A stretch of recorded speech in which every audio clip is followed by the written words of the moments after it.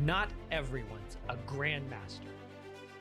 But that doesn't mean these stars aren't some of the greatest creators and people in chess. Oh! The poor eval bar. That was one of the most exhilarating games I've been a part of. Presenting the best of the best Oh, the rook! that aren't the best. Oh, Danny.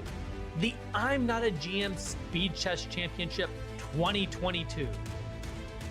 Oh King. no! We've seen the first Botez gambit. What a way to start off. Evan would not be proud, Alex.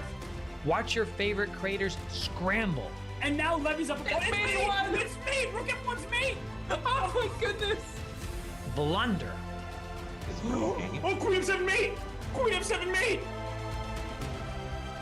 And play some brilliancies. Wait, it's stalemate! What a find! What a find by Lars! That was amazing! Watch live on chess.com/TV. Welcome back, everyone, to the I Am Not a GM Speed Chess Championship presented by Landover, not Land Rover, Landover. My name is International Master Levy Rosen. I'm joined today by Grandmaster Jeffrey Zhang. Once again, we did the last commentary on the semifinal matchup between James Canty III and Lawrence Strant. And today we bid adieu to the third season of this event in the final between Mr. James Canty III and International Master Eric Rosen. We have a couple of housekeeping items for you, like the format of the event, 75 minutes of 5+1, 45 minutes of 3+1, 25 minutes of 1+1. Obviously, whoever scores the most points at the end wins. You know how this goes already. I'm going to take you through the prizes today. $800 will go to the winner, and then the remaining 800 will be divided by the win percentage. Well, I mean, it's time to take a look at Smarter Chess and or rather the insights between the players. This one's pretty incredible, as James has played apparently 7,000 more games on chess.com. Eric tends to win a little bit more by flagging and also losing by flagging, but their average accuracy does seem to be pretty close. And actually, James has been on a roll. And with that, the Smarter Chess prediction. Jeffrey, how are you feeling about the 61%, 39%, about 60-40 for the match between these two? Well, yeah. First of all, I guess happy to be back with you, Levy. This is for all the marbles. So super excited to see what happens here, and I'm actually partially surprised. I don't know about you, but I expected a bigger margin. I was just so impressed by Eric throughout this event. I thought he played maybe the best chess out of anybody. So I would lean towards giving him closer to 80%. What do you think? Well, I tend to agree. I actually thought the last several months Eric has played really, really well, not just on the board. It seems like his mindset is extremely relaxed, and I feel like that helps him in particular quite a lot. I don't know if James needs to be relaxed to play his best. He might need to be amped up, might need to be the opposite. I think Eric is a little bit more versatile in the openings. And I think he is really good at hitting sore spots in repertoires. And he did that to me. He did it with the white pieces. And then on the opposite side, he found really resilient and annoying positions to defend. He's not going away anytime soon. Yeah, I don't know. I'm curious to see what happens. I don't know, maybe 70-30 for Rosen. I mean, obviously we've had the bracket up on the screen, but this is it. I mean, this is how we got here. I don't know what the final score will be today, but I'm excited to find out. And I think we maybe have about a minute more to go, and we will find out. Yeah, we did have the bracket there for a brief second. I think we've seen our fair share of upsets here. So if there's any indication or sign that it is possible, yeah, it could be James. We'll see if he can. I think it's a very tall order for him. You mentioned this one point about him trying to get his style of chess going. I'll just offer one counter to that, which is he had this tendency sometimes to, play really fast or just kind of blitz out some really speculative ideas, and Eric is going to punish him if he does do that. But here we go. We have liftoff now. Yeah, already we have a kind of a few inquiries. So first of all, we're gonna get, what do we? This H5. Here we go. Yeah, this is Canty loves this. He loves H5 on move on the 5th move, on the 6th move, on the 7th move. The Dirty Harry Sicilians. Eric seems to have been ready for that. I thought James also might play Accelerated Dragons. He's also played some Night Orphs. And he goes out with Queen B6. I think Eric might look for a statement game early. Like he might kind of show his prep and try to win in about 20, 25 moves. I think James has to get a win in the first few games, or else it's not going to be, he's not going to find his footing. And Eric is a very frustrating opponent to play against when his prep is good. He's up on time. So we'll see. So far, I like White's position, I have to say. Dark squares look weak for Black. Yeah, totally agree with those points that you made. And so you're saying that this H5, James has actually played this before? Because I've never seen it in my life. Yeah, I've also never seen it in my life. He calls it the Dirty Harry. Okay. I don't know who invented it. Sounds like a Simon Williams thing, but I don't know. Apparently, yeah, H5 is it's not the dumbest move in the world. Like, I mean, it might be close, but it's a thing, and he plays it. And Eric was prepared. I think Eric was anticipating that H5 would be played in one of these Sicilians, for sure. Yeah, he did indeed blitz out that move Bishop F4. So now he's thinking a little bit, maybe considering how to develop his pieces. Does he think Bishop B4 is serious? Oh, but he jumps Knight B5, which I wasn't expecting.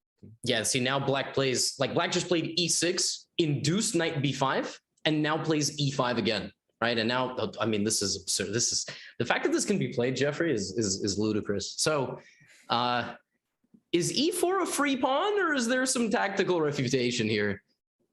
Well, I think it is a threat at the moment, but Eric has a few ways. So first of all, if he does play like Knight 3, I think that runs into Bishop B4, but F3, I thought, okay, yeah, seems pretty logical for White. I guess Black had to stop Knight D6. I guess this is a too significant weakening of the position now, which is why Stockfish absolutely loves it for White. Yeah, Queen E7 seems natural. You trade queens, or you go back to D2 maybe?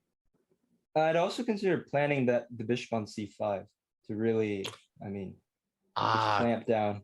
Because then there's no way to get rid of it, because there's no Knight E8, and Eric agrees. Mm-hmm. And yeah, so the one funny thing about having this H5 move is maybe there can be like a Rook H6 sighting in order to try and kick the bishop, but I don't know if he can make it work. I do not like the move B6. I was even thinking Bishop C7. Bishop C7 certainly could be nasty. Yeah, Bishop C7 just forces them. And there he is. I think he had it last move, but now you get Knight C5 as well. And even C4, right? Even C4. Yeah, C4 definitely on the cards, but there's also like B5, Knight C5, and then Knight D3, and you can't actually defend on E5. Yes, the drawback of drastically weakening all of your dark squares and also not developing. I expected a very similar start, actually. I thought that if Eric had White, you notice Eric is famous for the London, but he will play E4 if he doesn't believe in the repertoire of his opponent. And so he kind of probably had a feeling that something in the Sicilian was shaky. He would see this H5. Same against me, he would constantly play into Caro Kann, for example. And he's going to attack this literally every game he can. He will play E4 for the rest of the match if it works. And that's what makes him so annoying to play against. And it's up to James now to make improvements. Yeah, so he did reject the option or didn't go for Knight D3. Maybe just wants to play for complete domination here. Bishop E2. It's hard to argue with. But yeah, to the point you were making, so I did want to say Eric has been waiting in the wings for quite some time, which means he had at least 2 weeks or so to prepare. So for sure, he's got a lot of ideas in mind, and he's going to look to punish James right out of the opening. C3 is a nice move, prevent Knight D4. I was looking at G4, but yeah, C3 is very much an Eric style move, and you're not getting Knight D4 anytime soon. Black can play B4, right? But I mean, what else can black even do, really? Yeah, it is. It is hard to suggest an idea, knight a5, but again, I don't think you even want to play like knight c4 though. White can even just take it. I mean, b3 is a possibility, but there might be knight b7, and somehow black is untangling. Yeah, I mean, I don't think you can stop knight b7 and the knights come off, but I don't really think that solves black's problems. But it gives black hope, you know? Yeah. I think if white waits too long, maybe black will get some hope. Can you play rook d1 here to try to trade off the dark squared bishop and get a rook over there? Yeah, that seems perfectly reasonable to me. I'd probably be more inclined just to play it simple, like just take on b7 and b3, king b2. But I mean, many good ways for sure. Yeah, this is actually, I think, from playing Eric probably about 500 times at this point in Bullet and Blitz, this is actually Eric's, one of his weaknesses is that if he gets a very decent position and has a lot of time on the clock in Blitz, sometimes he plays too improvement like. He just very slowly tries to play bishop d1, bishop b3, and there might be counterplay, but in this particular position, I have absolutely no idea what black can do, because if you play rook e6 for knight d8, there is bishop b3. So maybe James goes a5, a4. I found that sometimes Eric gives me hope, even if he immediately takes it away. And that's probably the only chance James has, is like both of them get to 30 seconds, but we'll see who's even better in the scramble. By the way, there's a5 and Eric plays a4, preventing a4. So yeah, I like how James, he's trying to get some counterplay here on the queen side. a4 now seems, but see, there's no a3. There's no a3 for black. I really want to, I mean, maneuver my knight, because it's not exactly the most promising piece there on f6, but what can I do? Maybe I go like h7, f8, g6. Oh yeah, that's a good point. I mean, I like a4. Yeah, he's trying to go, I guess, bishop c4 is sort of his idea. Yeah. By the way, can black play h4, knight h5? Like, isn't that like the entire point? Yeah, I do like that idea. Yeah, true. That is I mean, a very logical follow-up to having pawn h5, but not sure if James will realize that idea. But you see how what I'm describing, right? Like now black is getting a little bit of hope, you know, maybe somehow rook e6, although it's still really difficult. Black might have to sack the d pawn to get counterplay. Yeah, I would definitely consider doing that in the future. He does spot this h4 idea. Jeffrey, g4 now or h3, or okay, a different move? Does white care about h4? Yeah, I'm trying to figure out now, can black sack, like with knight h5, rook e7, knight f4? Is now the right moment for this? I guess attacking g2. I don't know. But okay. Yeah, maybe there's no need to rush. Although, I mean, if there is... Okay, wait, he's coming up with the king. Maybe he wants to walk it all the way up to like f4 or something? e3? Maybe, I don't know. f2? Oh my goodness. It looks, I mean, wow. It's starting to look pretty good now. Oh God, this is insane. White can always play b3. Bishop. Yeah, watch out. Oh, king f4 is not a move here because of b3. Yep. b3, ab, king b3, bishop c1 mate. It's insane. And Eric might really set that up. Yeah, that's actually that's perfect Eric style, you know? Okay, king d3 does it this way. This is he's winning he's just winning the pawn, I guess. Rook c8. Well, no, not necessarily. Yeah, c8. Bishop d6 was there? Yeah, that was there, but king e3 also. Rook a5 probably now. Oh, rook a5 is a nice move. Oh, that just almost lights out. Okay, doesn't see it. But yeah, this king on e3 now kind of stops the other king dead in its tracks. If a player in this tournament is going to find some b3 bishop c1 idea, it's the gentleman playing with the white pieces. But now the king goes back, and yeah, this was always going to fall apart for black. I mean, you can play rook e6, but white should probably even look for a rook trade, bishop d6 at some point, then king back to d3. Rook d. Yeah, this is just rook e5. On e5. Yeah, Canty also down to 10 seconds, which isn't going to make things easier. No, it's not. The d pawn's falling. There is like no counterplay. I mean, there's f5, but then rook d4. Just shut it down completely. He'll see that. Or that. This one also is good. Yeah, takes and rook d6 or rook d4. Yeah, you can choose. This is a very, very, very convincing start for Eric. Really good sign against the Sicilian that James is going to bring. I am shocked that there's no checkmate here, but rook g6. Rook g6, that's the flash away, but rook d5 is the clinical finish to this. And okay, we've seen James try and play till the end, but okay, here he's just going to let his clock run. Now I'm very curious to see what Eric will play against Jobava London, because, you know, he had weeks to prepare. And even if he said, okay, yeah, Eric is busting out. This is exactly what he played against me, by the way, in our match. Yeah, he played takes and bishop g4. I took a look at it afterward. It seems to be totally reasonable for black. I hadn't seen it a whole lot, but seems totally fine. Yeah, and that he provoked f3, which is really going to be an issue for white, I think, down the road. Like, just looks kind of weakening, especially if we trade these dark square bishops. Yes, because now we have the structure of an exchange Cara, right? Except black doesn't have a light squared bishop. It's like if you're playing with white, you almost want to play bishop back to d3, queen back to c2, somehow undevelop your f-pawn, play knight f3, and just be better. But sadly, you already committed so much stuff. Is he going to take on c6 here? Or is he going to go back to d3? He could go bishop d3. He does have rook d1. Yeah. So good decision. Question is, wait, will he also try to go for long castles here? So black will play bishop e7 here, I guess. I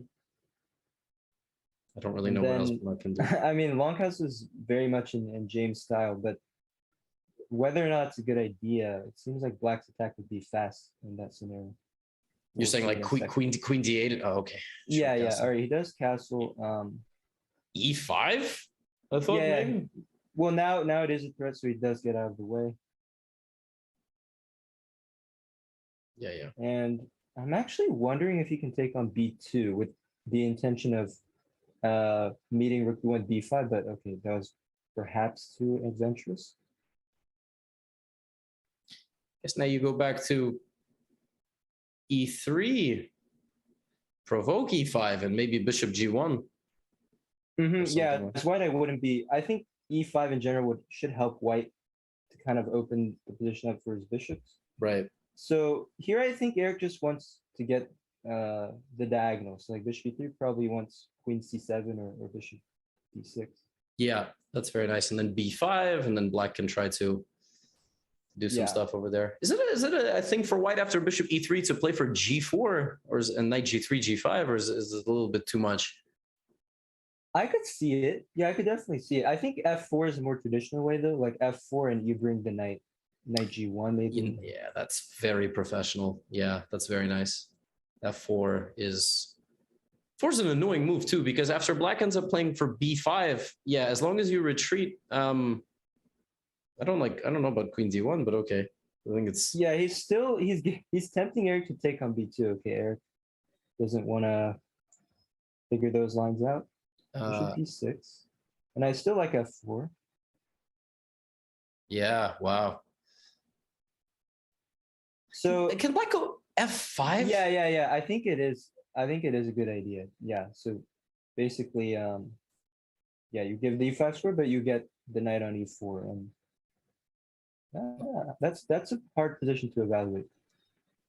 I'm trying to go back and see that there was a big moment here. Oh yeah, so after bishop d6, the computer wanted James to play g4. Yeah, it liked this g4 idea. Well, at least my brain is somewhat functioning. I have a chess game to play in 5 hours, so at least that's a decent sign. Yeah, f5 looks really annoying for black. Oh wow, man. I mean, like it seems like every critical moment, right, to decide in a position, Eric is making the right choice. It's just how it feels, really, the last few months. Yeah. I mean, especially in these IMSCC events. So now the key, I think, for white is you want to be able to prepare g4 yourself in a good way to kind of open up your bishop, open up g-file. The question is, how do you do it? Oh, just like that, I guess. Okay. What? Oh my, that's insane.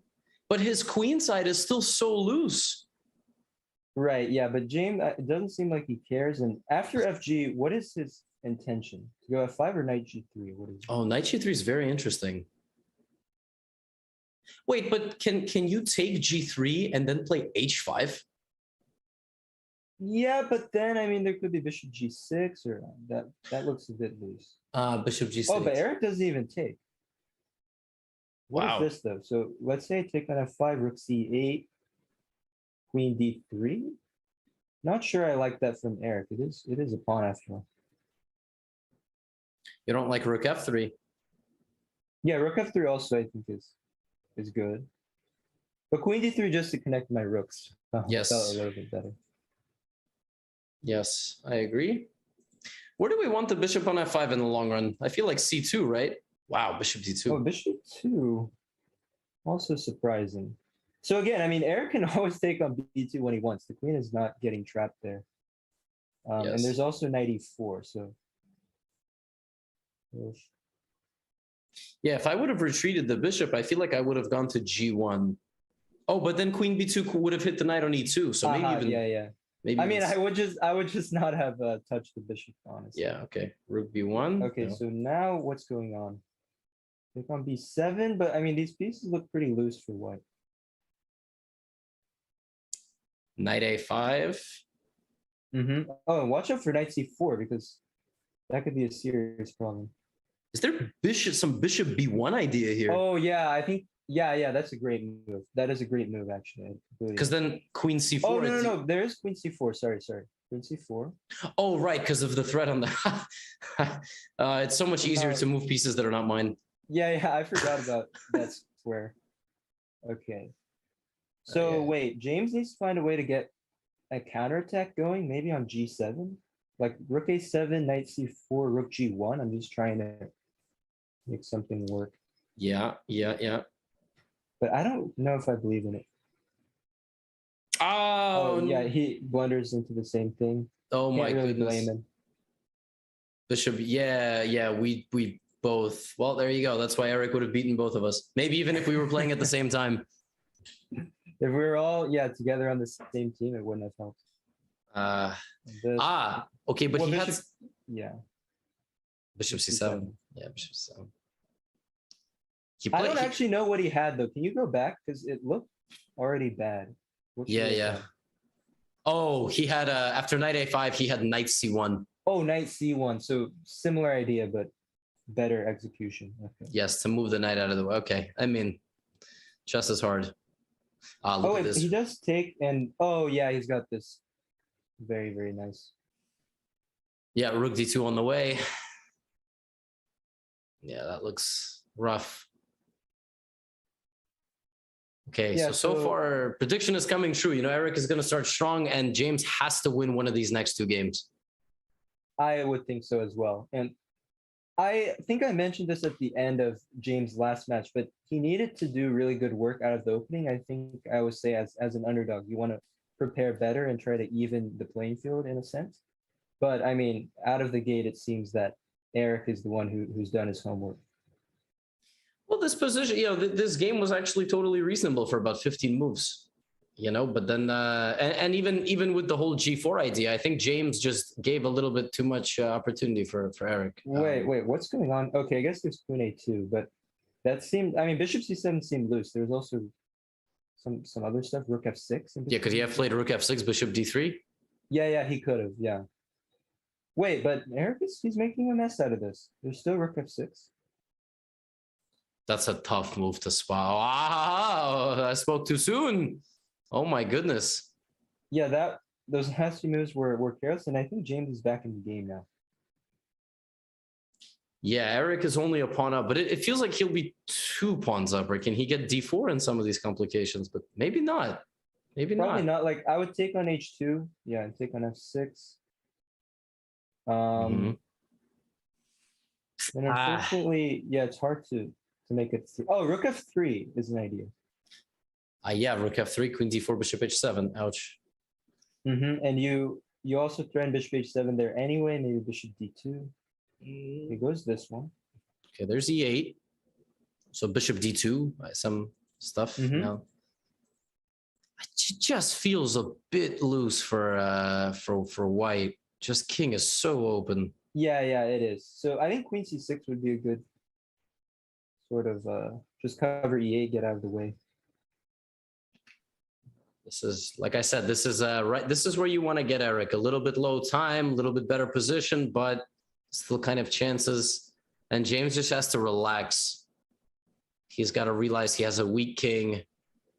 King g2 is a nice move. f5, is that his idea? No, because then queen d6 maybe. Well, you would have bishop f4, so I think f5 is good here. All right. But it's just so hard to play this with white because like your instinct. Okay, exactly. You see what I mean? It's just bishop f4 or what? F4 might. Can you take that? I think Eric would. Oh, there could be. I wonder if this takes queen h5. But okay, g6. Yeah, g6 should be fine. So.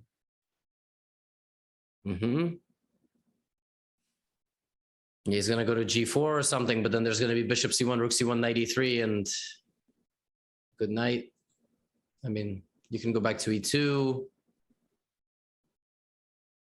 but doesn't strike me as. Yeah, I think he's got this under control now. And now here comes the mutual time scramble. Whoa! Oh, he's gonna try. Knight e3. But there's just not enough firepower, I think. There's deal with the threat. There's no rook f1. Oh. Can you just go h5? Oh, down to 5 seconds though. He's cutting this close. All right, just take that. But this is this is easy. Now you can pre-move some, I think. Just don't hang a rook for nothing. You can even hang a rook for a bishop, but as long as you hang a rook for nothing, you will lose. So yeah, just very solid. Go queen e5 here for white. Yeah. Eric won't flag. There's no play at all. Queen e6. Okay, yeah, it's. Yeah, just no way to make threats for white. So mate is coming. Wow, he even got James to resign. Yeah, that is a remarkable feat. But yeah, a bit of a scare there. I think for Eric at the end, he wasn't too convincing, but still got it done.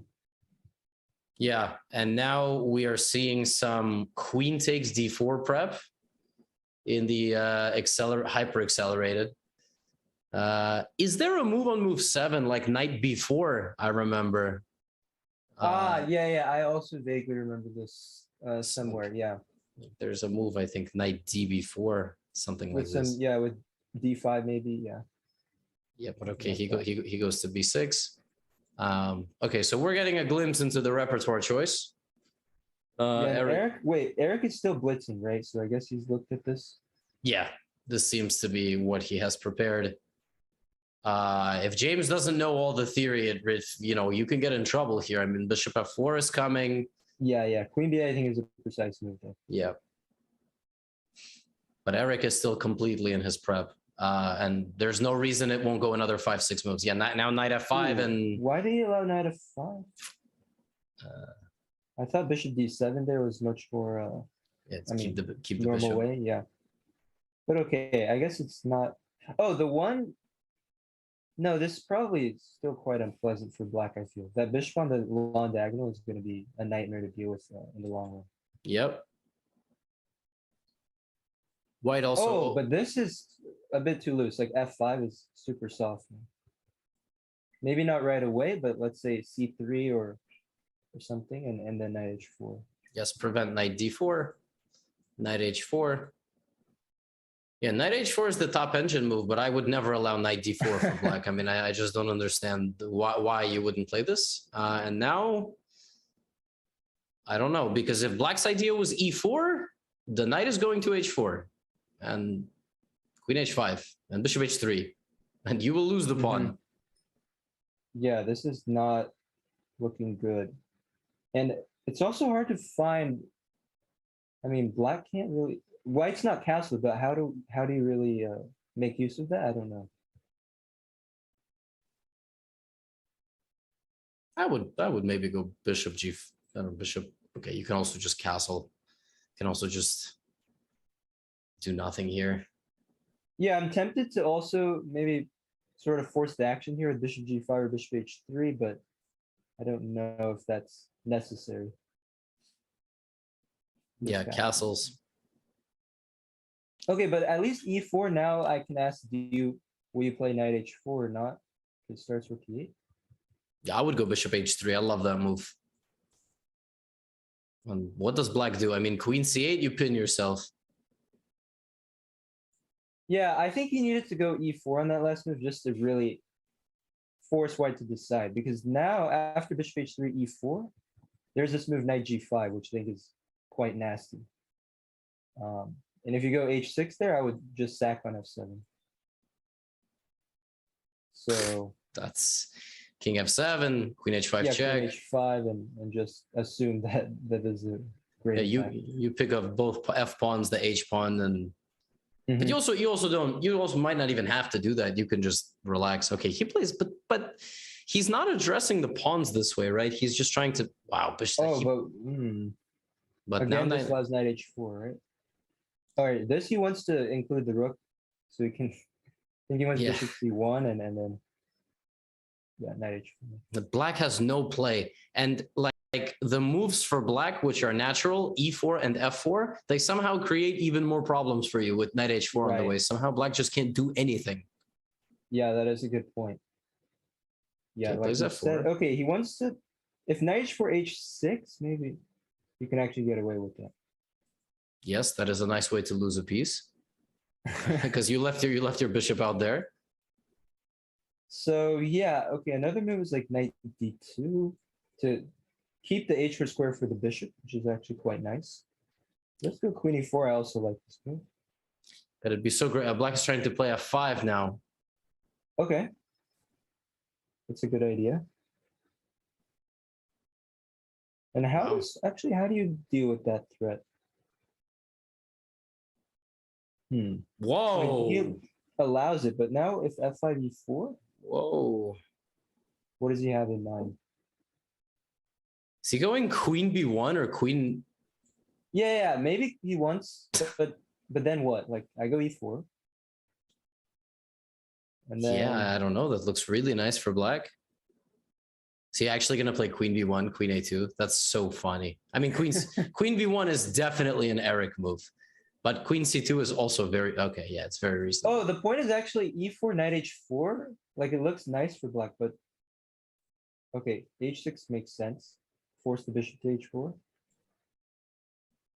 Apparently now the only move for white is bishop h3, sacking. Okay. He doesn't find it, and now e4 and now e4. Okay, this James is kind of taking over here. Oh, and f3 also, is coming. Wait, there is also knight d4. Like if knight d2, maybe knight d4 all of a sudden. That's why queen b1 was so nice, because you also avoid some of this stuff. Yeah, wow. So James is starting something now. But you know, like after knight d2 for black, I thought f3 was super nice, but that's apparently maybe even incorrect. Apparently e3 is also super strong. Oh, e3 and just e2, pick up material. Wow. Yeah, fork the rooks. Oops. So then I guess, do you have to go to e1 or? But then f3 maybe, and you're in jail. Stuck. Yeah, everything's stuck then. F3 and oh my god, then there's knight d4, knight e2. I mean, it's almost mate.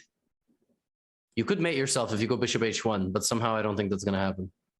So Eric is looking for, maybe he's thinking about like gf, just sack the knight, at least get some activity.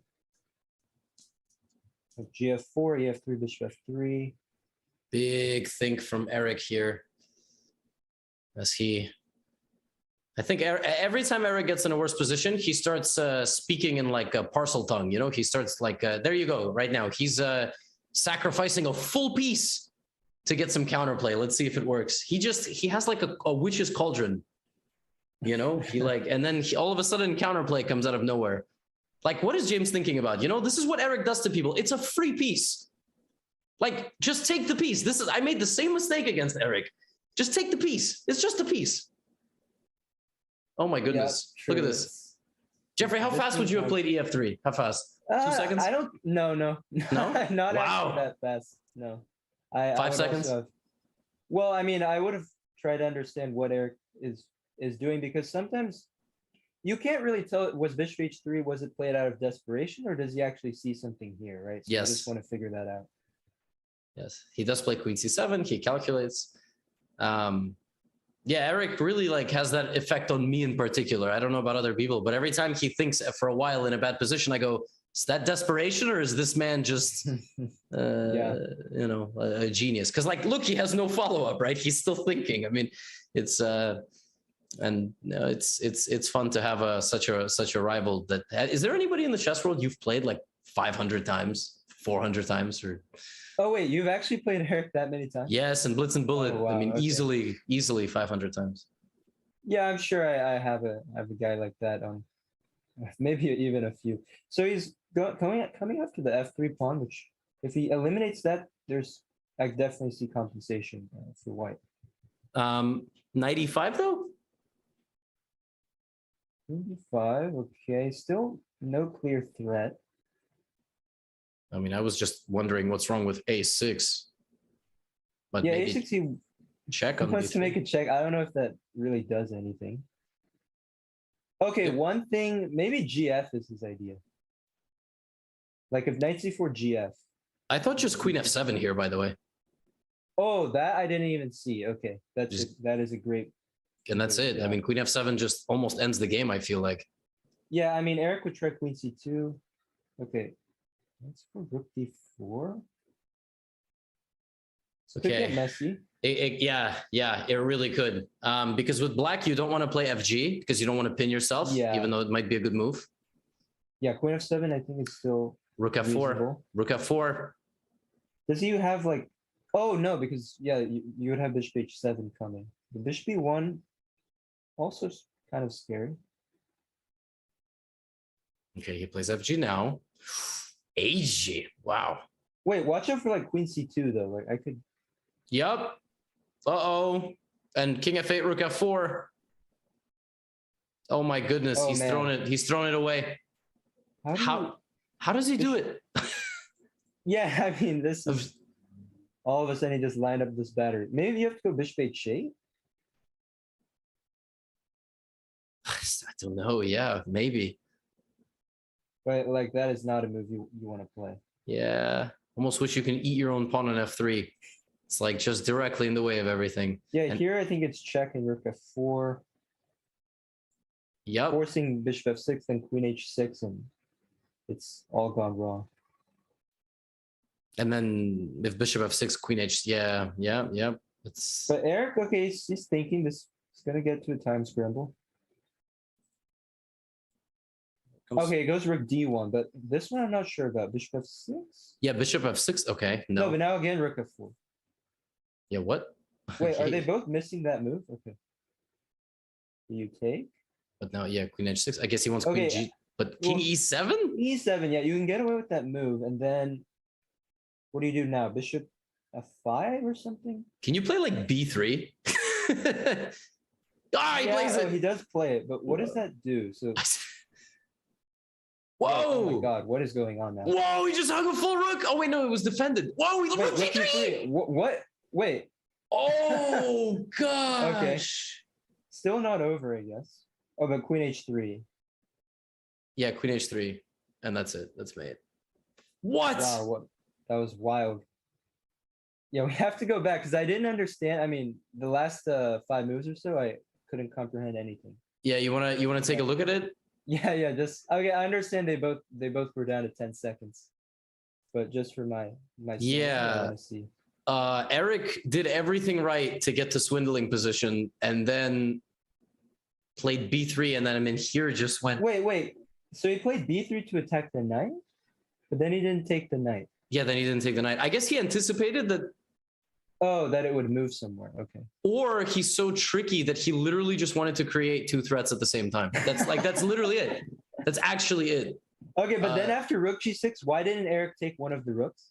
Like I thought the point is when you attack a piece, you then want to capture it, right? Because it's his playing style. Like actually, his playing style is confusion. It's not necessarily like, I'm telling you, I've played him 500 times. He would not take the rook here just because he's like, well, I can go here and now 3 things are hanging, and then accidentally lost his queen. Like, Okay, I got what you're saying. Yeah. So yeah, it is what it is. But okay, we have we have big insight here in the chess.com game chat from a user says, I think Eric is still the favorite. So that's, that makes sense. Right now, he has won 67% of the games, and he's a 61% favorite to win the whole thing. So kind of makes some sense. Yeah, I would agree with that statement. So now I'm wondering, is Bishop H6, does that work or not? Bishop H6, GH, Queen H6, and then probably have to go Rook E8. Can you, first of all, you have a draw there, right? Unless the king goes to E7. But I think the king can.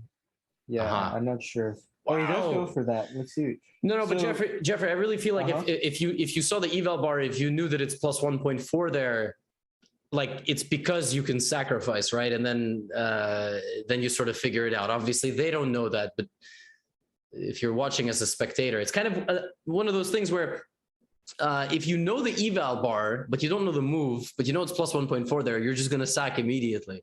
It's just right. Yeah, I got you. Although I don't think James had that luxury, so I'm not sure what he has here. Like Rook E8. Work it out still. What if he can allow Bishop F8 somehow and maybe still have an attack? Right. Yeah. I mean, F4 is the most natural, but Bishop F8. Okay. Bishop F8. I think you had to probably play Queen G5. But Queen G5 first. Stopping Bishop F8. Okay. Yeah, that's probably. But I still don't know what is the follow-up. It wasn't clear to me at all. I don't know. I also don't know. We can go back a move. It was G4. G4, but Bishop F8. Queen H3 to play G5. Yeah, and there's something there, like Bishop G7. Yeah, the line was G4, Bishop F8, Queen H3. Yeah, this is why you don't always just trust Stockfish blindly, because apparently after all of this line, there is... you just play King H1, Jeffrey. Duh. Obviously, right? And then apparently White just has a long-term attack with Knight F4. I mean, that's just absurd. Okay. Wow. Well, James, he's going to try the same thing, but probably a much worse version of it. Yeah, because now Black can always even play Knight C4. Yeah, Knight C4. I think you can even do it right away. Yeah, I mean, Bishop G7 is the more prudent way, but I don't see anything wrong with Knight C4. Knight C4 also prevents Rook E5 ideas, which looks really brutal. Rook G5 and deliver mate somehow. Yeah, definitely like that move. I don't know what else. So considering his options, I think it's just between the two. I'm not sure what else is there. Yeah. He does go Knight C4. Now, Knight D2 is also a threat, so probably Rook F2 is mandatory. Yeah, one of the two moves. It's kind of impossible to figure out which one is better, but I think I would go with I was gonna say I wanted Rook on F2, so I have maybe B3 and then Rook E5, but C3 would drop in that case. So yeah, maybe I can't really involve the rooks. this is just so aggressive by James, right? Like this whole kind of concept of But I think you would agree that his best chance is really to, muddy the waters completely, I think. yes, or give Eric completely winning positions with 5 seconds on the clock, and then maybe Eric will hang a queen. That seemed to work in the last game, but I don't know how many of those time scrambles James is the favorite in. That's the problem. Eric is just brutally resourceful. I think last game was unfortunately for him a slip up, but that's chess. Yeah, we haven't also mentioned the nerves part. I wanted to ask, like, how nervous would you be if you were in the final?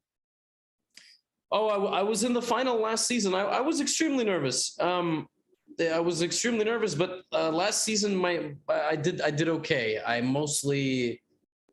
I think I was mostly frustrated by the moves, less about I think the moment. Like last year in the Bullet, it was still a close match. And my opponent was just the better player. He defended super well. So I don't know. I mean, yeah, probably pretty nervous. I don't know. I think it's I was also in one final, I think my first junior, and I feel like I was so nervous that I didn't even feel it, to be honest. If that makes sense. It doesn't. What do you mean? Like you? Like I was no, I mean I definitely knew I was nervous, but like in that heat of the moment, I just didn't really feel that way. I don't know. It's sort of hard to explain, I guess. No, but that makes sense. Like maybe the adrenaline takes over. Exactly. You just play and. All right, so James, he's trying to blast up that file. Maybe if e5, b3, no, but b3, ed4 has to be good for black. That is nice. Yeah, you can always even part ways with a little bit of material.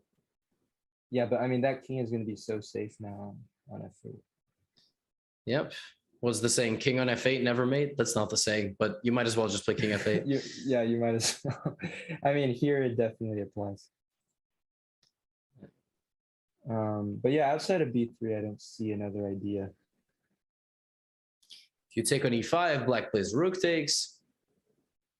Or even knight takes and knight f3. But then if knight takes, there's rook e2, I guess. Yeah, well, honestly, I mean, either. Actually, no. Then there's queen b6, knight check. g4, and Yeah.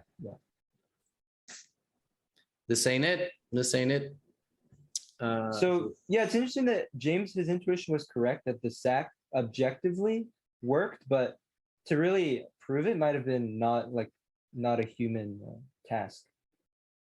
Yeah, for sure. I mean, I also thought maybe knight f4, knight g3 or something, but it was all just too slow. Apparently, you had to play g4. Now white just can't even move anything.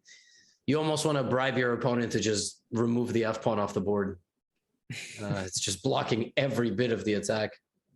Okay, knight h5 is a nice try. If he takes, then f6, but Ouch. don't think Eric's gonna fall for that. By the way, even if that happens, bishop f6, king g7. Yeah, even so. Because yeah, the rook is pinned, so it's. I mean. Yeah. But there's no reason to allow that. Knight g7, g4. It's all losing, but you might as well have some fun. Might as well. Oh god, there's also knight g7, king g7, rook h8. It's real bad. That does look like an issue, and this also. I mean, knight e3 or rook e1. If rook e1, is there knight e6? Oh, did I give you some? Yeah, maybe I did blunder right into that one. Yeah, that's true. So knight e3 is much more killing. I mean, accurate way. And there's even knight d1 as a threat, which is disgusting. Man, that is very disturbing. Rook e1. Yeah, this is a. But I mean, yeah, you would definitely go for that over knight g4, which was also available. But if you see knight d1, hard to resist. Yeah, rook c1, knight d1, and that's it. That's lights out. Threatening rook e1 mate. Okay, James is counter-attacking here. The time is not in his favor. The position is not in his favor. I don't know what he can do. Rook c1, maybe one final move. No, time runs out, and it's 3-1. Yeah, and we will get one more game here before the break. And I think James. All right. Well, there's no break, I don't think, anymore, right? Oh, there's not? No, I think. Oh, sorry. Okay. No, there's no break. Unfortunately, okay, they just torture you. You know, if you're down 3-1, you have to keep playing. There's nothing you can do about it. Wait, so is that just a JSCC thing, or what is that? Where was that? No, it was a part of the format in this event as well. And then I don't know, they just. Oh, okay. Just removed it. I see. What can you do? Sure. No, that's good for us. So this also, I mean, yeah, James gonna try to at least open some diagonals. This must be some sort of theory because I don't know what the heck we're looking at here. Yeah, no, neither do I. Okay, probably castles here. Yeah, if you take on e7, you probably just lose somehow. Probably just get a very bad position after like bishop c3, knight e7. I don't know. Maybe even yeah. Because white's having issues with the bishop on f1. So, and do Can you get away with long castles and potentially allow your queen side to be shattered? Long castles is the only move, actually. Okay. Apparently. The only other move that doesn't lose immediately is queen d2. This is a crazy bit of preparation by James. Amazing line that he just found. Wow. And Eric is unprepared. He doesn't know what he doesn't know the line, obviously, by time spent. Crazy. Yeah, that does seem to be the case. And I would think queen 2 is more practical. Because like if you don't know long castles is playable, you might just assume that's way too risky. Yeah. Although at least that way you do defend your d pawn with the rook on d1. But yeah, you're right. I mean, bishop c3 looks super scary. So like if I were to go queen d2, how bad is it? I just want to develop. I don't know. Oh, but he does Whoa. okay. Is he insane? What? I like, sorry? Yeah, he might get knocked out here. Like rook d1, I take on c3, knight e d5, and rook e8. Okay, if Eric doesn't lose this game in the next 10 moves, I mean, he impresses me a lot, but that would be, I mean, Black just says rook e8, knight d5. I mean, what can White possibly do here? I'm also surprised why is Eric thinking, because I think he should have had something prepared. I know. No, but what do you play here? I thought rook d1 was his idea. I don't know how clear is that. Like rook d1, would you take or would you go knight d5? I would take first and then knight d5, right? And then I go bishop d5. I just feel like you're losing. Can I just feel? Can yeah, sure. Like it's just one of those things, you know. You just yeah.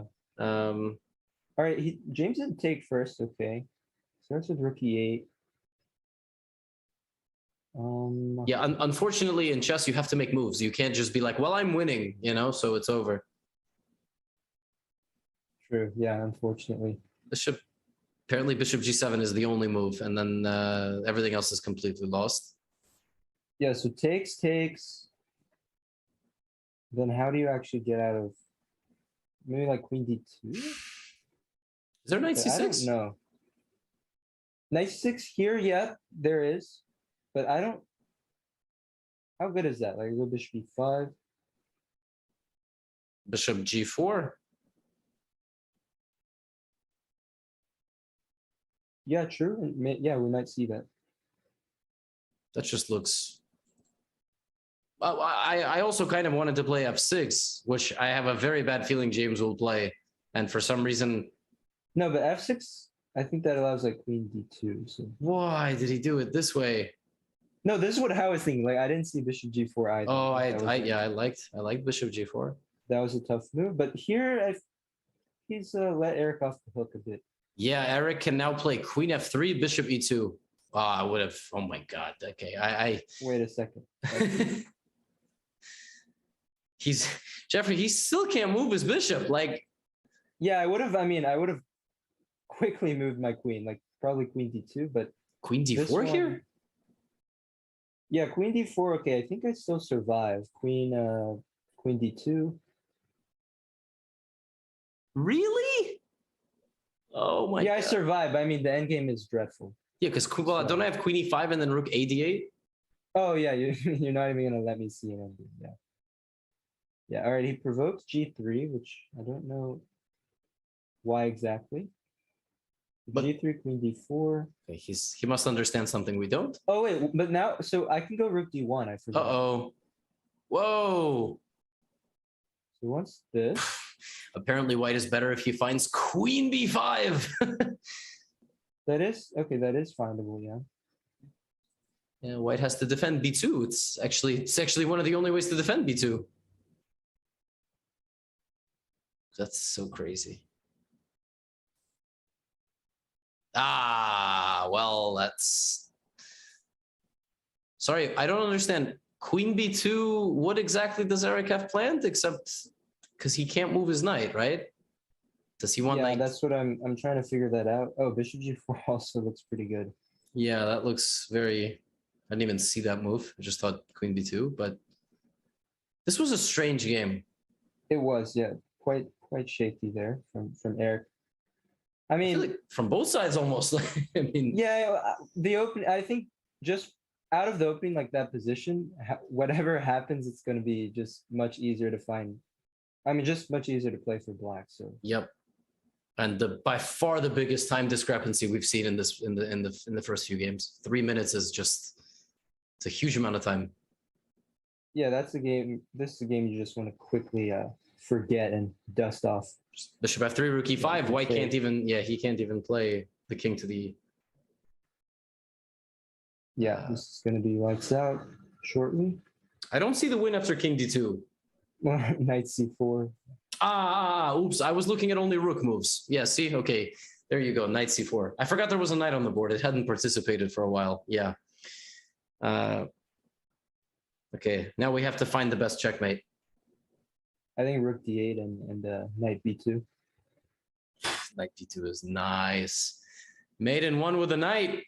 Well, James has 3.5 minutes to spot it. So there it is. Yeah, nice finish. Very convincing game, and I do not think that Eric will go back to that line. Probably a safe assumption, yeah. All right, so okay, we're gonna get a different opening. What is this like? You know the name?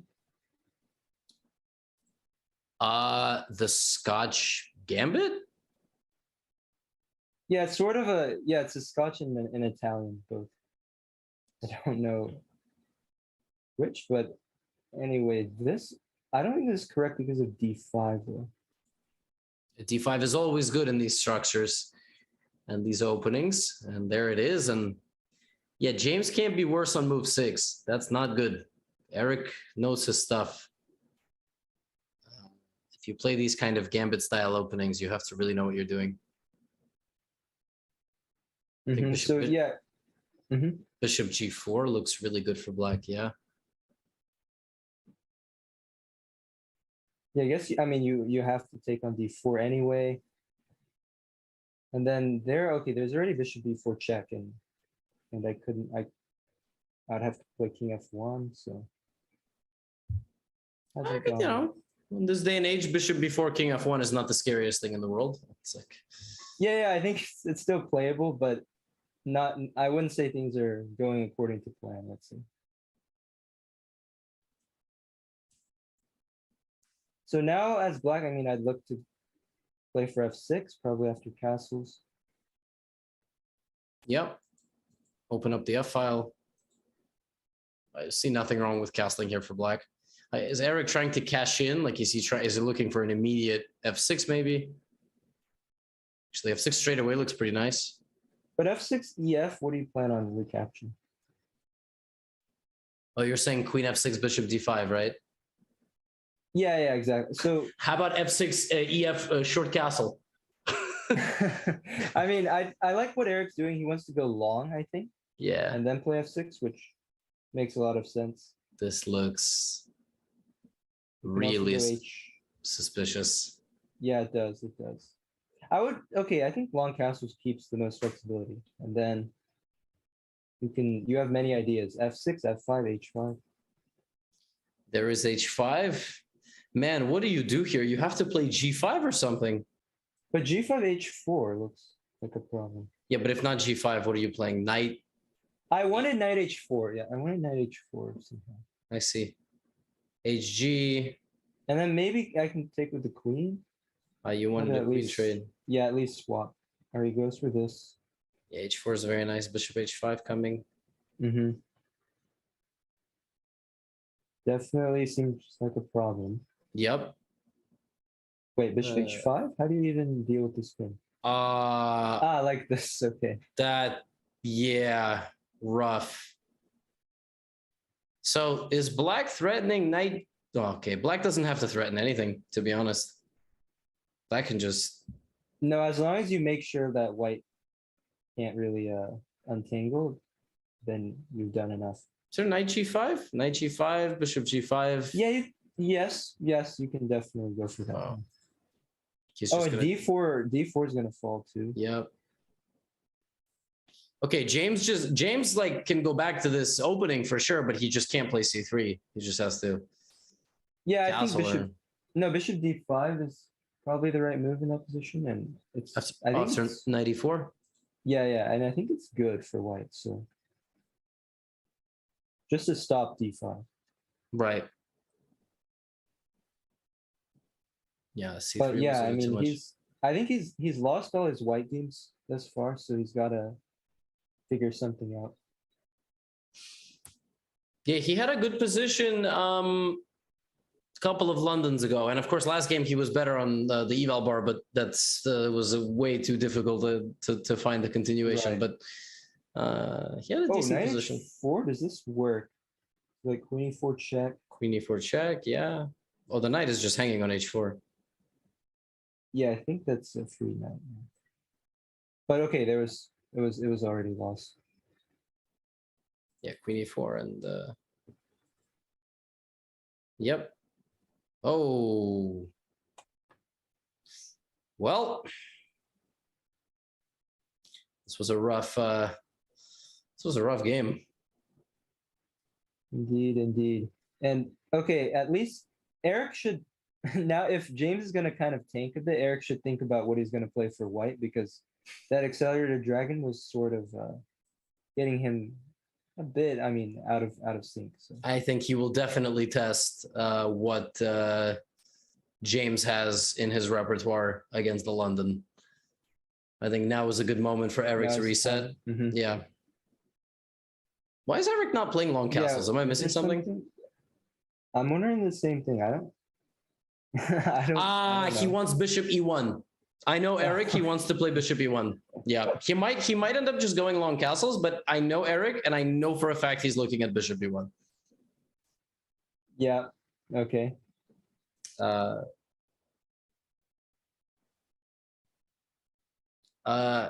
think we were just rated by John Bartholomew. I was instructed to say thank you. Hi, John. Hey, guys, this is John.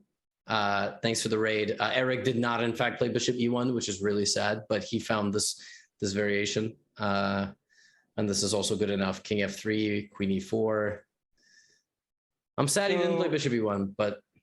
Yeah, but wait. So queen b7, how clear is it? You just want king d7 or what? Oh, I don't know. Ask Eric. I assume that is the idea. Yeah. Queen b7. Maybe he just wants the castle the other way. No, I don't. You don't think so? No, I wouldn't give the knight. Yeah, then I don't know. But yeah, no. I mean, king d7. well, we will just sit and anticipate the next move. Like sometimes in these matches, positions are so absurd and just like they don't need to be played out. It sometimes feels like sometimes when my position is just so horrible, I don't sit and think about it. I'm like, no, just get this out of here. And then I want to get a brand new board. But I got to give some credit. Both of these players will play to the bitter end. Like they, like even here, James is still looking for ways to complicate matters, even though it feels like everybody should kind of pack up and go home. Speaking of which, knight e1 check is ultra, and there it is. Yep.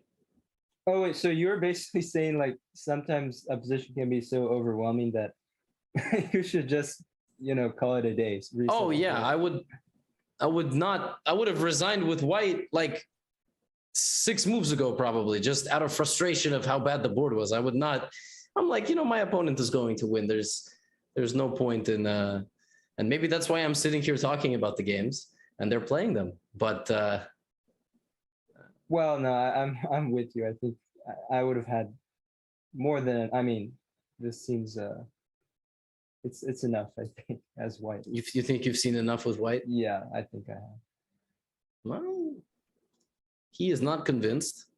The smarter chess prediction for this segment was 4-4. So Eric has fulfilled his duty. Now James has to win 2 games. I feel like 5-3 is a little bit closer, but yeah, we'll see. I don't seem to recall, like, where was Eric doing most of his damage in the matches? Was it bullet or? Well, yeah, he's been slaughtering in bullet. It hasn't been close. But he always builds up at least a 1 or 2 game lead before that. Oh, if you go back one move, I think Rook H3 was very nasty. With the idea, I mean, to deflect the G2 square. Just a move ago, but yeah, this is okay. This game has now gone on about 3 or 4 minutes. Wow, there's Rook H1 and then some like double check and mate, like Knight E1 again, or that. You know what they say, when you have mate in 2, you might as well win a queen first. And all right. Oh no, he's playing E4 again. Yeah, but he's got to be careful here. Definitely don't repeat the last one. Okay, well, what's he gonna? Yeah, maybe he is go, taking a second here. That's good. nope. Well, I think he can still deviate somehow. Just don't. No, but if he doesn't have something in mind here, I would have played something entirely different. Okay, Bishop B5. That's new. Yeah, Bishop B5. D6 castle. D6 worked last time. Oh, but D6. I guess there might be Bishop C6. But then takes Bishop D7. Some crazy counterplay for Black. Right. Yeah. That probably works. Oh, but A6. I'm not sure I like this because White was going to take anyway in most cases. Ooh, this. James has been given the bishop pair. Castles. This looks very fishy to me. This structure here. Because you like some Queen H4, Bishop H6, Knight G5 checkmate. Exactly. I mean, this whole C6, B7, A6 and just doesn't feel right. Ah, he blocked his own queen. Yeah, I thought Queen H4 was much more like a straightforward way. Queen E2. What's he thinking about? Doesn't he have to play Queen E2 because the C2 pawn is hanging? Or maybe he thinks he has some tactics. Okay, there you go.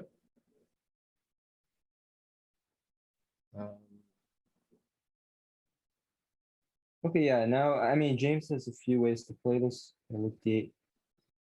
How about Bishop G3 with the idea of E6? Yeah, certainly an idea. I think, yeah, I mean, I was certainly hoping for more as White, but they're content with this, I guess. Jeffrey, I'm telling you, if you give James an opportunity to play H5 in the Sicilian, here it is on move 15. Yeah, I believe that. Stopping G4, I guess. I don't know what the idea was there, but okay. So what do you do with Black? Do you allow the bishop to be taken? Okay. No, I don't think so. Yeah, you just go back. Bishop G3. Oh, and E6 would trap the queen, so have to do something about it. E6 is brutal. That is a nasty move. Wait, and how do you stop? Because you definitely are not going to consider playing E6 yourself. Yeah, please don't do that. Maybe, do you have to put the bishop there? But that also looks really bad. I don't know. E6 looks... I was thinking... I don't know. The whole concept of E6 just looks really annoying. But maybe the tactics work okay. Maybe you move your knight. Maybe you can move the knight, yeah. But still E6, man. Like, I don't know. It looks... Well, Queen B6. It's not the end of the world. You attack D4. And you're saying if I take on F7, I've done more harm than good. You play Rook F7 and suddenly have... Yeah. And he does find that. I think maybe you take on D5 first. It's White. And I'd probably take with the Rook, but it's okay. It's a reasonable position. You're saying knight takes D5 and then figure out like maybe C3, solidify the... Well, depending on what you take with. I think Black should take with the Rook in that scenario. And then I don't know, maybe C4. Hard to say what's happening there. I just want to say that James is absolutely jacked. Like, I mean, it is just absolutely unreal. He should be a tank top model. Like it's This dude has muscles in places I didn't know you could actually have, like physically have muscles. So I'm just glad that he's sticking to chess and he's not not a chess boxing event. But Wait, do you think we might get those in the future or chess boxing? I mean that would be c5 Ooh. c5. That is He missed it. Yeah, just show that briefly, this back rank deflection idea. Deflecting the queen off the rook. If queen a5, then b4. And if rook d1 and queen d1, the queen is going down to d8. Oh, but there's queen c. But queen c7. Yeah, this but e6. yeah. That is one of the most brutal queen traps ever. Just ever. Wow, savage. But okay, we still have a game on our hands here. Yeah, bishop a6 is a good move. h5, bishop h6, man. I'm telling you that this h5 stuff, might be seeing it in the next candidates. Dirty Harry Sicilians. It does have some benefits from time to time. I don't know, Jeffrey, if we're gonna have a chess boxing event, but would you do a chess boxing event? Would you learn how to box and then? Well, I would have to understand how the format works. Like I would be open to it if I get the right match, let's say. But I'm just curious to know how it actually runs. You and me both. I don't quite understand it, but I think you basically go up against someone equal in chess strength and then equal in boxing experience. So for you and me, that would be quite low. But on the boxing front, but maybe there are some chess players who also do box. There's also some professional chess boxers. Wait! Professional chess box? Wait, it's a real thing. Yeah, there's a chess boxing world champion. Yeah. Oh wow. Yeah. Wait, and it's not okay. It's not Magnus. I'm assuming. No, it's definitely not Magnus. As far as we know, maybe he's been training for months secretly, but no, there's like some random guys out there, but they're like 2000 in chess. They're not titled. They're not GMs. But wait, so would it be like is it more important to be good at the boxing part? I guess. I think as long as you're evenly matched, anything can happen, right? So it doesn't matter too much. No, because I'm trying to understand, like, would it be weighted more highly with like your results in the chess? Oh, you win. I think you can win by knockout. You can win by checkmate on the chessboard. You can win if your clock runs out on the chessboard because you have a little segment like you. Okay. There's no. Okay. Yeah. So. Yeah. Okay. In my case, it would be all about trying to survive.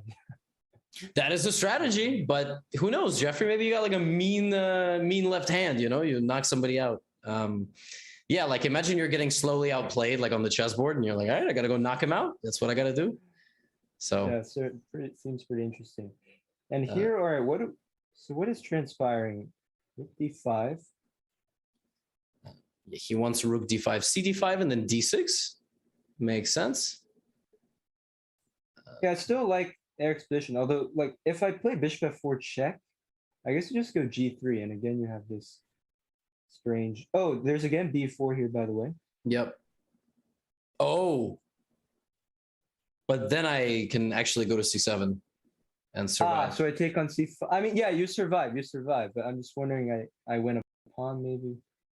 Okay, it's not a huge deal. Oh, he finds it. Yeah, that could be a game changer. Like if Canty panics now with this b4 on the board. Yeah, but queen b6 also is good. So you force bc and then queen c7. Or back to a5. But yeah, queen c7. Yeah, that was possible too. But yeah, I don't know. Take on d8, I guess. Yep. Well, what else can you do with white? Well, Eric's probably thinking like, can I keep that rook on d5? But queen d7. Yeah, this. Yeah, white has an extra pawn in the endgame, but somehow you can't really move. So as white, I would probably plant something on g5 sooner or later. It feels off a little bit, like to leave the bishop on h4 there for long. I want to clarify the situation. If this game goes deep into an endgame, it could actually use all of the allotted time. It would be very close. Like if they just play like a 90 move endgame of queens and minor pieces, but somehow I feel like this will be decided before then. Yeah, especially I think Eric will try to keep the queens, maybe play for a trick or two. Very tough though. Yeah, black is super solid here. Also I feel like these C pawns are just very delicate. That's a great move, by the way, queen d3. Yeah, you don't necessarily want to play an endgame. And okay, Eric, getting low on time now. He has queen d3, knight d2, and trying to play for f4, but black might have g5 there even, or h4. Okay, he does go for that, but yeah, I didn't love this. Oh, bishop h6. Oh, h4. H4 just wins on the spot. Yeah. Wow. Yeah, he missed it. I predicted the whole sequence. Yeah, you see, this is what happens when you play somebody 500 times. And that's... All right, Eric, well, he's still fighting here. Not over. So do you go for the c5 pawn with bishop e3, or do you just grab e5? That's a good question. I think e5 is more natural, but yeah, this is... Okay, this should be good enough. I don't like allowing bishop f2. But he's going to win one more pawn. And then bishop c4, just take the knight, right? Like just play the... Oh, wait, no, he's only up one pawn, not two. One pawn. Ooh, does this work? Wait, bishop d4, bishop a2? What? Bishop d4, bishop a2 was just... That was the last pawn. He did have that. Yeah, he did have that. Bishop e3. Okay, now you take on e2. This should be pretty clean. Yeah, James just has to absolutely relax and not hang any pieces and move the bishop literally anywhere. Eric, by the way, only has 1.8 seconds. I know. Bishop b2. Oh, but then then knight a4 maybe. Bishop okay. Bishop h6. Yeah, few ways to get this done. Okay, now you take another pawn. Bishop all the way back to h6. Oh yeah, okay. Just take all his pawns. But you know, Eric is still playing. Eric is still playing. So okay, at least now. Yeah, but I don't think he can run this block all the way down. Right? No, I don't think so. But I tell all low-rated players, do not resign if there is a knight on the board. Yeah, that's solid advice. And of course, Eric will be playing for a legendary stalemate trap. He's gonna, there goes the king to the corner. I don't know how on earth he's gonna get it, but he always tries. Like, knight d4, f2. But, I mean, with only a second, you can't even devise one. Oh, he lost on time. So, okay, yeah. Wait, so this is now 6 out of 7 black wins, if I'm not mistaken. Yes, that sounds about right. We're gonna get this line again. I have no idea what's going on here. I mean, both sides need to look at something during the break, I think, with white. I'm surprised James has not done his prep on this game, because whenever I prepare for my opponents, or this opening rather, whenever I prepare for my opponents, I see what they played in previous matches. And Eric played this against me 2 times. And somehow f3 is the best move, but then you have to play really strange moves with white. Like you have to play a quick g4, which is kind of like typical for these positions. Like black is already better. If white doesn't play f3 and g4, black just gets a really good position. So yeah, James has to review this line, I think, during the break. It does seem pretty... Okay, I don't know why all the way back with bishop f5, but in any case, it does seem pretty natural, I mean, to develop with black. And I was going to make a point, like, everybody has their way of preparing for these matches. Some, they don't look at their opponents that closely. They just prepare their own repertoire. So to your point, like, maybe he didn't even check that match that Eric played against him. Maybe. How do you prepare? Do you prepare? Yeah. I think for sure, I mean, compared to most, I feel like I prepare a lot more intensely, I would say. Like I usually have, 4 different ideas for both colors, and so that I can sort of jump to one idea to the next, depending on how it goes. Yeah. Got you. But in a tournament like that you just recently played, there's 30 minutes before a game. you just sleep and then go play, or you try to like estimate, you know, who you're gonna play, and then try to prepare accordingly? Well, I will give some credit that lately, like these Würzburg events, it used to be the parents come out, you have like 5 minutes, 5-10 minutes, but now maybe you have 30 to 40, which is some time that you can at least, you know, sort of form a game plan of some sort. Did you play in Europe a lot as you were going up the ranks? No, not a lot. Not a lot, actually. Oh, wow. I That's didn't- like totally different than the current business model of getting GM and IM title. Yeah. It's like everybody goes to Europe and they come back 200 points higher rated. Yeah, I don't like you. So all of your IM norms, like, do you remember where did they come? Yeah. Mine were New York, New Jersey, and Pennsylvania. So, Okay. So you're like me. Yeah. yeah, I mean, I just went around. Yes. I played here but there's some super like there's some strong kids in the US, and my friend will just send me their profile and the FIDE page, and I'm like, why are they rated 2470? What? That's because they like went to 5 tournaments in Europe and they won 90% of their games. They just destroyed like poor folks over there, and then they come back 2470, and you're like, oh, okay, well, there you go. Yeah, maybe you didn't have such a luxury back in your day. Yeah. Listen, it's never too late, Jeffrey. You're gonna not see me for 2-3 months. I'm gonna come back. 2 GM norms, 2480, still the same skill level though. Yeah. All right. Yeah. Let's see. So this game, okay, I sort of James trying to bring everything over to the team side, but it's gonna be tough to really. I mean, Eric has no weaknesses here. Nope. We've also seen him play like this many times already. Is Bishop A3 a free pawn? Yeah, it is. I think this is like a sack. And then maybe James, I kind of like it because he wants to go 95, maybe move the bishop, play F4. See, you can see what he's saying here. Okay, 94. I feel like both guys trying to give each other free pawns, but I think taking the one on E4 is a little bit more questionable. Yeah, he wants to follow that up with bishop C6, I guess. They kind of agree. And some counterplay.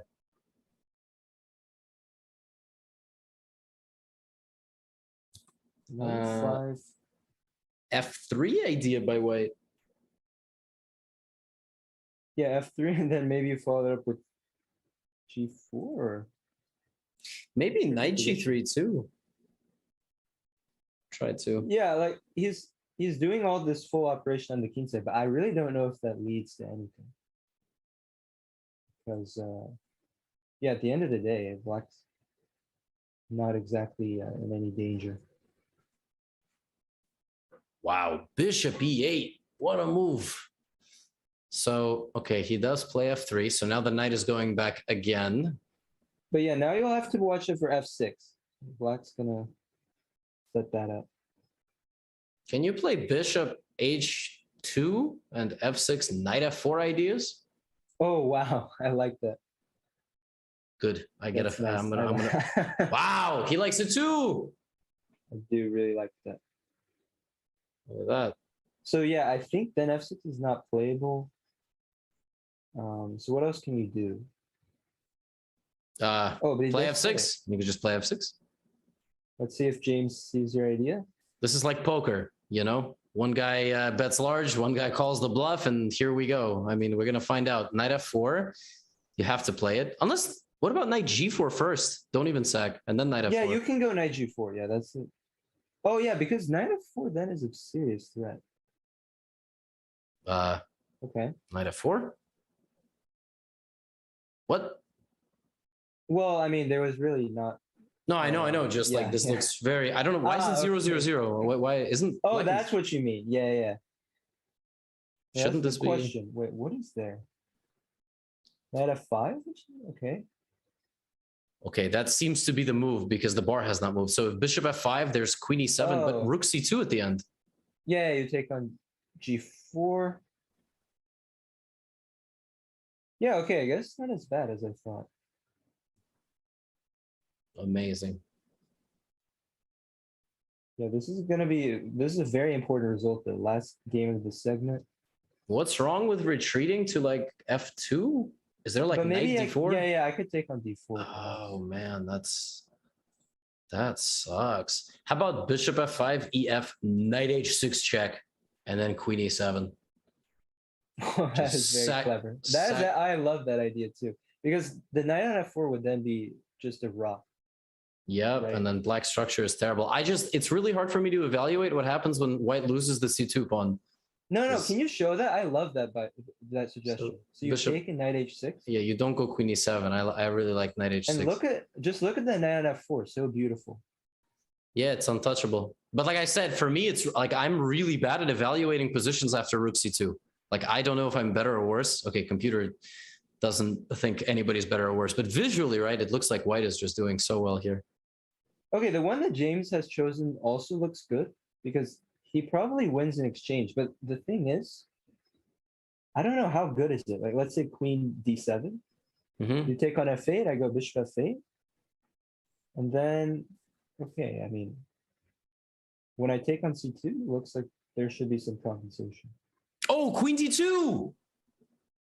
Oh, wow. But Is there why some, is it so good? Yeah, because I'm gonna tell you why it's so good, Jeffrey. I just had one really good idea. Now I have to show why I'm in IM. I forgot that you can play knight f2. So I thought the knight was trapped. I thought queen d2 gives the e3 square. Like this is like there's checks and balances. I found knight h6, beautiful idea. Then I forgot that my knight can go back to f2. So and he thinks like me. We think the same way. You see? So But why can I take on g4 and h3? I don't know, man. I'm the one who suggested this nonsense. So I don't know. I just honestly thought my knight on g4 was completely Yeah, trapped. like this is the only way. Wait, but why? Welcome to the I Am Not a GM Speed Chess Championship, folks. So knight e3. Oh, he's gonna take on a3, I guess. Yeah, he's going to take a3, but then c3, and there's no bishop before, right? Yeah. I mean, I would have I mean, FG and GH look like full compensation. This, Yeah, you got to. I don't. Should go c3. Knight c2 also. c3, b4 is pretty brutal. So Yeah, c3, but no, this bishop b2. I think you may have missed. and now it's king h1. Okay, but still, yeah, king h1 still good for white. Smarter chess might be right. I don't want to jinx it, but Oh wow, incredible. crazy. Somehow. Okay, yes, bishop c5, d4 is coming. It's not like that move. Knight c2 idea, knight d4 maybe. Oh, g6 is a concession. Yeah, I like knight c2. I like knight c2, rook e1, and black just has almost no counterplay. Yeah, and I think. Wow. Oh, d5 is Wow. also hanging, and I like bishop g1 a lot. Yeah, that's an awesome move. Tactics everywhere. Knight d5, knight f6. Mm-hmm. Maybe Knight f5 might also knight g. Yeah, okay. stuff is coming. Okay, now huge dark squared weaknesses. Rook f6 is a Yeah, free. that's a free pawn. Bishop d4 also.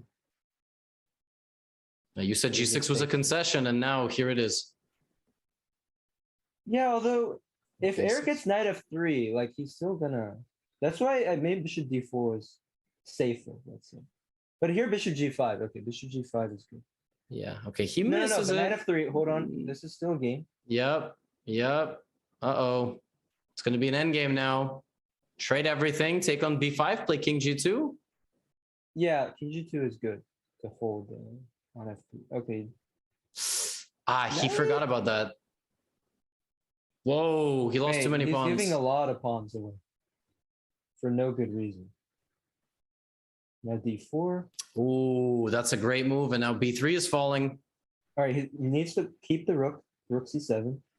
I think it's still hard for Eric to play this game. I don't like letting the king up. Rook c7. Oh wait, but there is no king f6. Okay, rook c7. You got to go rook c7. Oh, Yeah. there's rook b6. There's rook b6. That's Oh, on but he blunders rook f8. Oh! Oh no. Oh my goodness. You had to take a second there. And now Wow. this is now white needs to Yep. be careful here. My God. Oh, he was losing for a second. Yeah, he blundered bishop d5. Yes, there was. Oh, he blundered. Was that again? Still, oh oh, my man. goodness. Rook e7. He had rook No, e7. rook e7. Oy. Rook e7 was discovered check. Oh Yeah, my both sides gosh. Still, okay, it's still hard for white though. King Still G4 very H5 was hard. made. You have to not let the king move. No, I mean he's Oh just, yeah, my- he's unraveling here. Oh my goodness, he's completely lost his mind, and that's it. Just wow, I can't believe Eric is gonna win this game. This hurts my soul, man. This I mean, hurts. I would, yeah. This was a crazy turn of events. I would highlight that moment that I mean, there was King F6 and he had 25 seconds. But you just have to sense that there. Now could it's be mate something. no matter what. Yeah, no stalemate tricks. And James, yeah, you can see he's visibly upset about this one. Yeah, that's extremely rough. Wow. I mean, I jinxed it, honestly. I really did. Saying that it was going to be 4-4. The segment finishes 5-3, and we are going to take a short break. For James, it's going to feel maybe like the longest break in the world because he was so close to evening the match. But Eric maintains the 2-point lead that he had kind of throughout the first segment. When we return, we've got the 3+1 portion coming up here in our final match of the third edition of the I Am Not a GM Speed Chess Championship, presented by Landover. We'll be right back.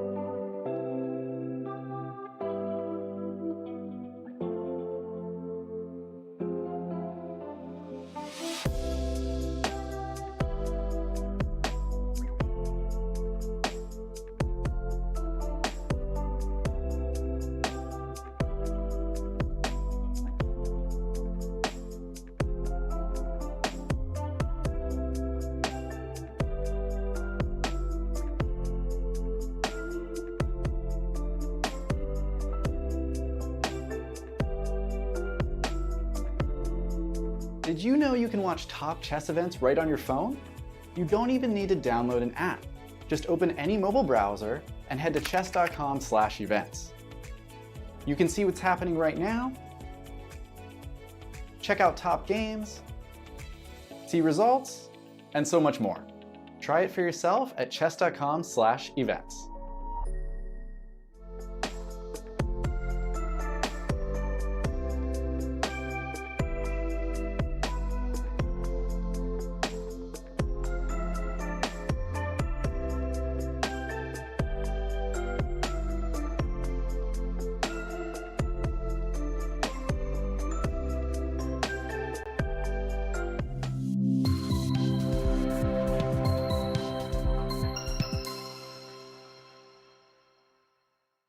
Hey chess fans, I'm here to tell you about a new mobile app, a web browser game called Landover. This game brings together all of the fun elements of Settlers of Catan, I don't know which one it is. All I know is that Landover will end that dispute because it's simpler, it's faster, in many ways it's more fun, and it's right on the app. Now you don't have to debate whether we're going to play Catan tonight because it might take 45 minutes to an hour with that guy who can't make a decision about where to put the road. It's not that big of a deal, dude. You're ruining game night. Landover solves these problems, and on an app on your phone, you can now play in 15, 20 minutes max. Amazing enhancements to all the things about Catan that you love within this app experience. Use the command sponsor or command Landover to check it out and download it today. You've been playing daily chess games. Now you can play a daily game of Catan, which was never possible before without Landover. Hope you check it out, and we'll see you around on chess.com and on the Landover app.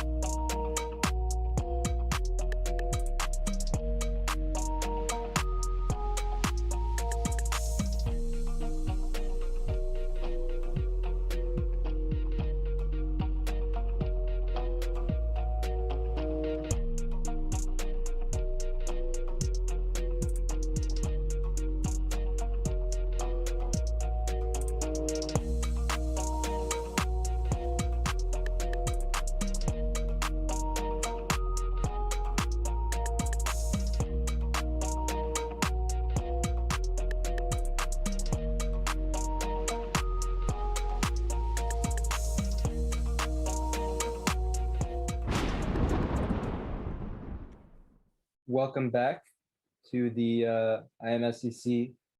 We believe Eric has a 2-point lead when we left off. James super close there to leveling this match. I think he probably should have, but in any case, that sort of ruined the Smarter Chess prediction. As we see, it was 4-4. But now, yeah, it's 5-3. I think the faster time controls, you could debate it, but I would say they probably favor Eric. But based on what we've seen, I mean, it's been pretty back and forth here. Couldn't agree more, Jeffrey. Thanks for holding it down as I ate a chocolate ice cream. Literally, by the way, the audience should know I brought a mini cone. I didn't budget the correct amount of time during the break. Super professional commentary. You know how it is. It's the I am not a GM Speed Chess Championship. You know what I mean? We need to get G's in our title to get a degree of respect, like my wonderful co-host. Very close in the 5+1. And trust me, if there's anybody here who knows what it feels like to have a good position against Eric Rosen and not win it, it's me. And Eric brings out the tilt in people. So if James can stabilize and not let this balloon any more than a 2-point lead and a maximum 3-point lead, Jeffrey, I think he'll be all right. So all eyes on this first game. Yeah. I always think it's so paramount to make sure you start the segment off well, especially as the person trailing. So here, okay, we saw Eric get into trouble here with white in this opening, but he's for sure taking a look at it. To be honest with you, I feel like if anybody needed to look at these lines, it was Eric. I wonder if James took a look at that line that Eric is playing with black against his Joe Baba London, the Bishop G4 now line. Whoa. Yeah. As we mentioned, the black pieces were very successful. Okay, so we get an endgame here. How would you evaluate this? White is a pawn up, but looks kind of miserable in terms of the structure. Wow, no castling, but King E7, Rook E8 is possible. So Bishop F3, they might as well just ruin his whole structure, right? Makes a lot of sense, yeah, and I do like that idea of King E7 bringing the rook out that way. Rook G8. Oh, I don't like that move. I mean, does he have a devious idea? Okay, he was trying to trap the bishop. He's trying to go F6 G5. Dude, that's so absurd. I would have like never in a million years thought of that, but it's actually a totally reasonable plan. It's just, I wanted to like ruin Eric's entire structure, you know? He still can. Yeah. All right, Bishop E3 quickly getting out of the way. And now Knight D5, that's a very logical response. Yeah, like Knight D5, A6 may be coming, B5 may be coming. King F7 for sure is on the way, bringing the other rook. Okay, King F7. Yep, I like that. It looks very simple here. I really hate these positions that Eric's been getting with white. Really feels like James has a good grasp on these dragons. Totally agree. And now, yeah, I don't see anything better than castles. You more or less have to. But he takes first, okay. After, yeah, but pretty ugly then. Bishop F3, GF3, isn't this just permanently better for black? Like this guy, well, I guess white is up a pawn, but... Yeah, the good news is, I mean, it is an endgame after all, so there's probably no danger. But okay, he goes the very safe way, he just restores material. But Eric is stubborn. Like if he played E4 a couple of times during this match, and he thinks there's something there, he will try to chip away, but he can always go back to his London. That's the thing. So I would not be shocked if he plays one or two more of these, and as if he doesn't win, it's going to be D4 from here on out. Wait, do you know if Eric is more like mainly a D4, E4 player? Oh, Eric like only plays the London. He only will not play the London if he has found something in a repertoire somewhere. That's kind of, so he thinks that he still can chip away here, but I don't think so. Like I think, but again, if he keeps winning, he's just going to keep playing. But if he's winning with but he's winning with black. Let's make no mistake here. He's been winning with black. Well, then he's just stubborn, I guess. But the thing is, he can always switch back, and I have a feeling he might, or he'll go for a third option in the Sicilian. Yeah, there are certainly other lines that you can play against the accelerated. Okay, this one looks headed towards equality. Bishop A7, Rook A8. Yeah. Yep. There's absolutely nothing there. Literally, it's just total symmetry. Same exact structure too. But I would still favor black, right? With slightly, okay, my king is slightly closer. Also, knight on D5, better. Wow, knight F4. Now I really favor black. Oh yeah, this could be a problem. Position feels like dangling by a thread with white. I mean, yeah, it really does. Rook, maybe can you get away with like Rook D1? You have to stop knight E2 somehow. It looks loose, but maybe it's okay. Yep. I always just want to go back to G4 and constantly remind my opponent that the structure is really suspicious, but it might be time for more immediate action. Yeah, I think Rook E2 can't be bad. I don't know if there's anything better. I don't know. Yeah, tough moment here. I mean, what's wrong with just Rook D8 even? Yeah, try and make use of that pin. Okay, so he gives up A7. Whoa. Oh, wait, but I would have at least taken something. Okay. Do you have knight E2, knight C3? Yeah, I like that. Although, okay, there is Rook D7 at the end. Maybe it's still fine for white, like you liquidate. Right. If Eric's pawn makes it to like A5, for example, he might have some long-term ideas to put some pressure, but knight E3 is a good move too. Maybe he's getting tricky here. So wait, on bishop A7, what do you think he wants to do? Maybe bishop F3, knight E5, something. Yeah, this is what I was thinking. Yeah, okay. I mean, in any case, it should still be equal. Oh, Eric? Another way. Whoa, G5 looks like you could get distracted. I mean, knight A5 could happen. He's really leaving. I mean, he's leaving A7 hanging for the longest time. I know. He really wants him to take it. Knight D4, by the way. Yeah, knight D4. I just saw as well. Oh man. No, what do you play? Bishop E4? I don't. With that, I mean, I can still take on. C6. Uh-oh.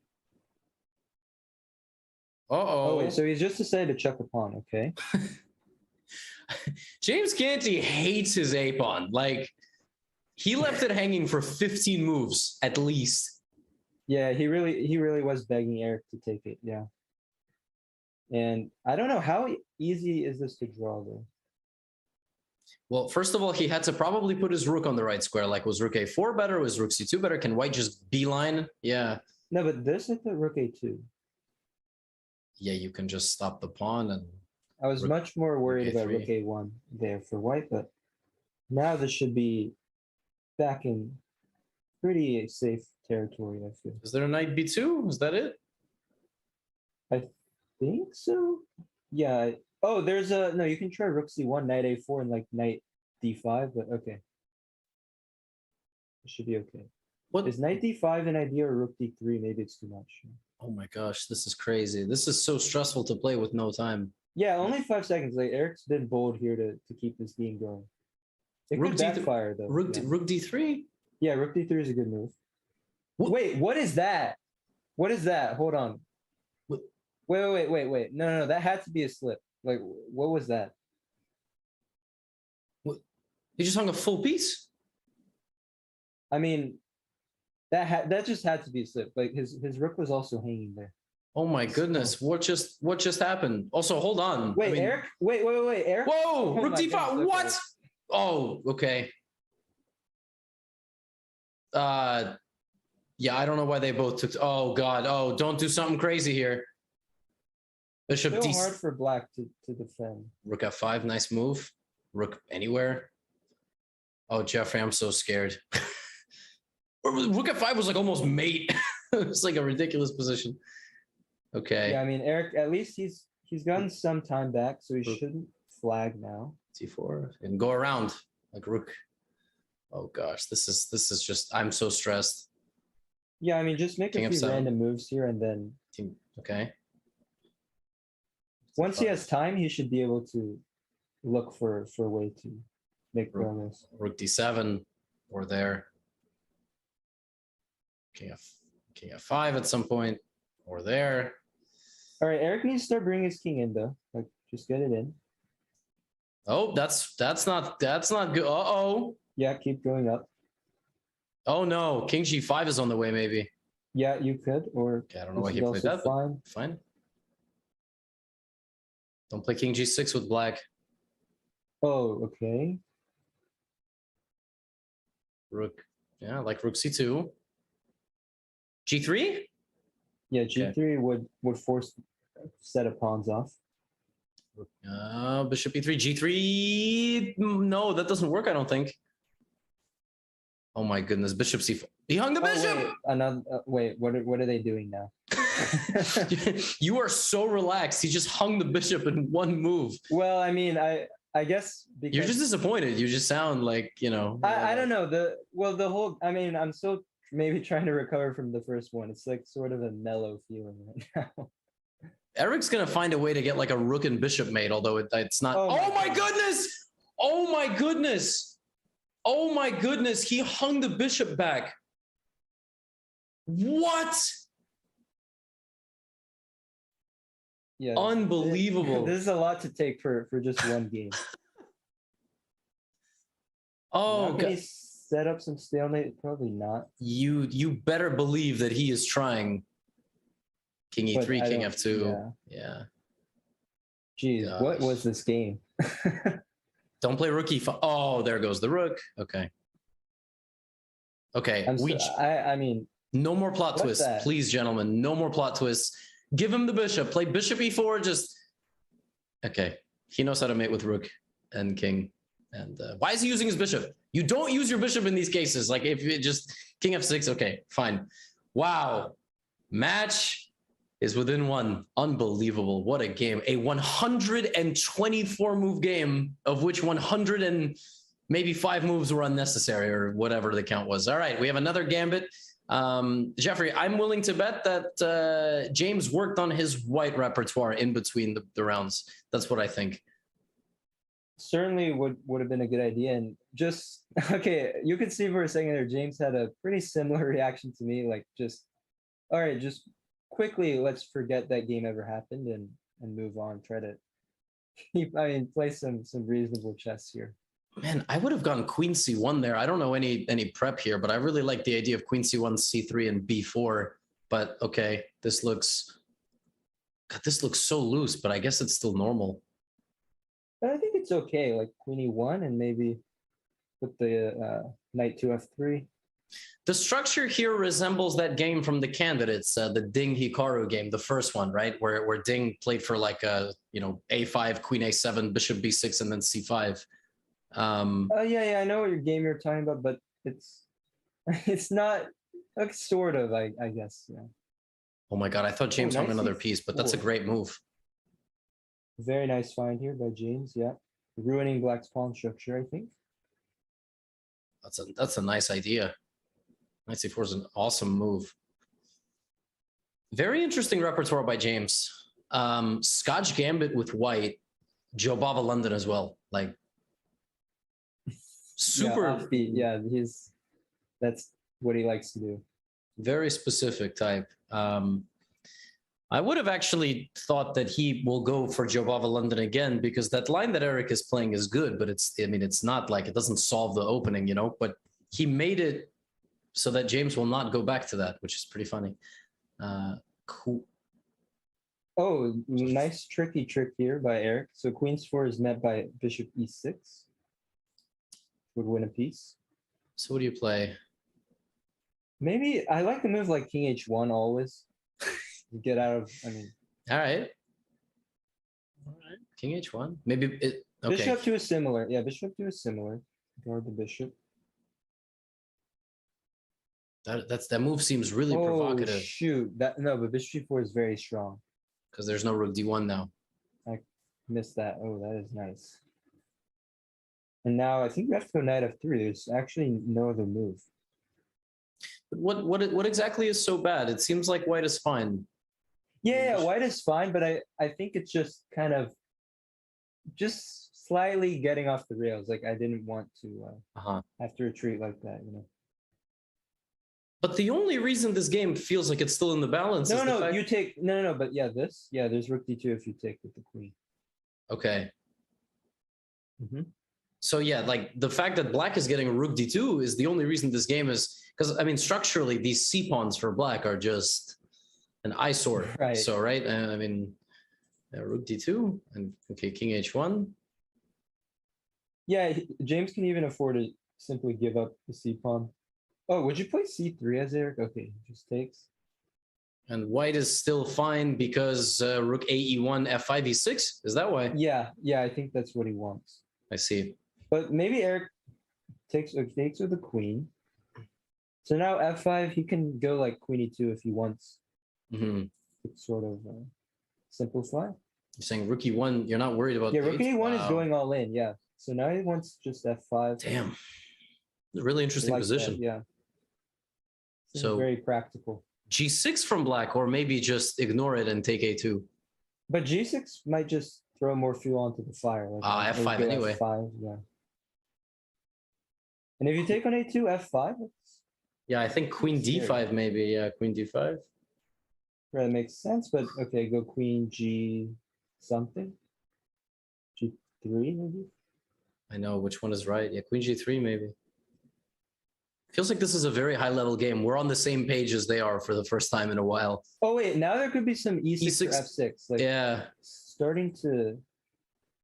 Yep. Okay, guess you start with E6. Maybe Eric just wants F6.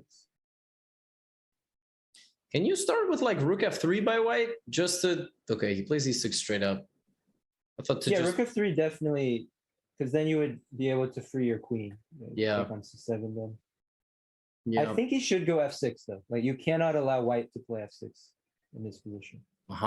But you're okay allowing the white e pawn to stand on e6? Yeah, but I mean, you would take that if I like. You don't want to give f6 and e7, right? Right. Yeah, for sure. Actually, doesn't that this is just completely winning? If you play fe f6, what does black even play? Queen. There's no moves, right? It's just over. Yeah, no. There you would simply lose. Yeah. But I'm saying if you make a random move, I don't know, rook d2, for example. Yeah. I would go f6, g6, and e7. And that's probably just over. So f6 is forced. And now this is the big question. So do you go like, yeah, rook d1 makes sense. It's incredible this is not just lost for black. I feel like in a blitz game it should be though, because you just take. Can you take in rook d7? It's an option. Yeah, it's an option, but I think even the queen's feels right. So now queen d7 is huge. Oh, but he's surviving though. Rook b8. Wow. Incredible defense here. Take on 6 or this? Okay, rook d7. g8. Guess you take on c7? Because e7 doesn't really create a threat. I like h3 though. Yeah, that's always useful. Yeah. No more mates. Good move. A5? Oh, actually, that was a very good move. Yeah. All right, queen. H5, okay. Oh, Jeffrey, he's got to find a way to double and play queen h7, rook h4 mate. Oh, wait, so like, Rook wait, d1? rook e6 is no, rook e6 might be a threat. Watch out for that. Uh-oh, that's so easy to miss. Like, that mean, is really easy. Oh, then, yep. Well, But maybe he thinks he has rook d8. No, but rook e8 back. I don't think so. Yeah, he just returns. Oh my gosh, you called it. James might have been looking for that sack. But can he keep some tricks alive? Okay, he can go back to it. Here. Yeah, Eric did really well here, keeping his cool. Okay, now it's a scramble. Rook c7 again. What? Rook d7. Okay. He's going to try to find some trick here. c3 even, by the way. Okay, this is good. I think he wins the c pawn now. Yeah. C1. Whoa! Oh, no. But why this? Now. Whoa. Okay. Yeah. No, but rook c8. Yeah. That's it. Oh, wrong square. But I think it was over. Yeah. That was a monumental hold by Eric. Like, yeah, that looked really dangerous with the pawn on e6, but he defended it perfectly. yeah, the blunder of rook e6 was brutal and completely changed the game. Wow, Eric is returning to this. I mean, he is so stubborn. I mean, like I know the feeling. Oh, king e7 this time by James, even not even rook g8 f6. What he did last time. Great idea. Maybe. Yeah, he got a good position in that game too. Maybe we'll get something similar. Knight d5 or rook. Yeah, knight d5. I think. This is what I mean about Eric. He was doing the same thing, but when he was black against me in our match, he kept playing into the Queen's Gambit declined line where you double your own f-pawns and you trade off queens. Oh. It's just like consistently slightly worse for black, but he kept playing it and he blitzed every move. And I just couldn't crack his defenses. But James has been doing a much better job in these like nice dragon positions. He's actually scoring points. So admittedly, yeah, the last game was a bit of a... Right, last game was a fiasco, to put it mildly. But again, like this is feels like black is the one who's trying, if any. Yeah, those bishops on the queen side are just sort of standing around. C2 is not quite free. Or is it? Because you have knight e4 stuff. And actually, just bishop f3 and knight e5 might be already a big threat. Yeah. Like, does it work here? You might just yeah. Wow. Okay, if Eric loses this game normally, like in about 10 moves, I never want to see this line again. Like, it's time to go, right? It is. It really is. Yeah. Because he's not even tried to play his main one, at least to see what James has cooked up. Yeah, I don't know. James plays knight f6 with black against d4, but I don't know if he plays king's Indian or what. And I mean, this is a brutal position for Eric. Yeah, so now he's thinking, can he get away with rook e3? Knight d1.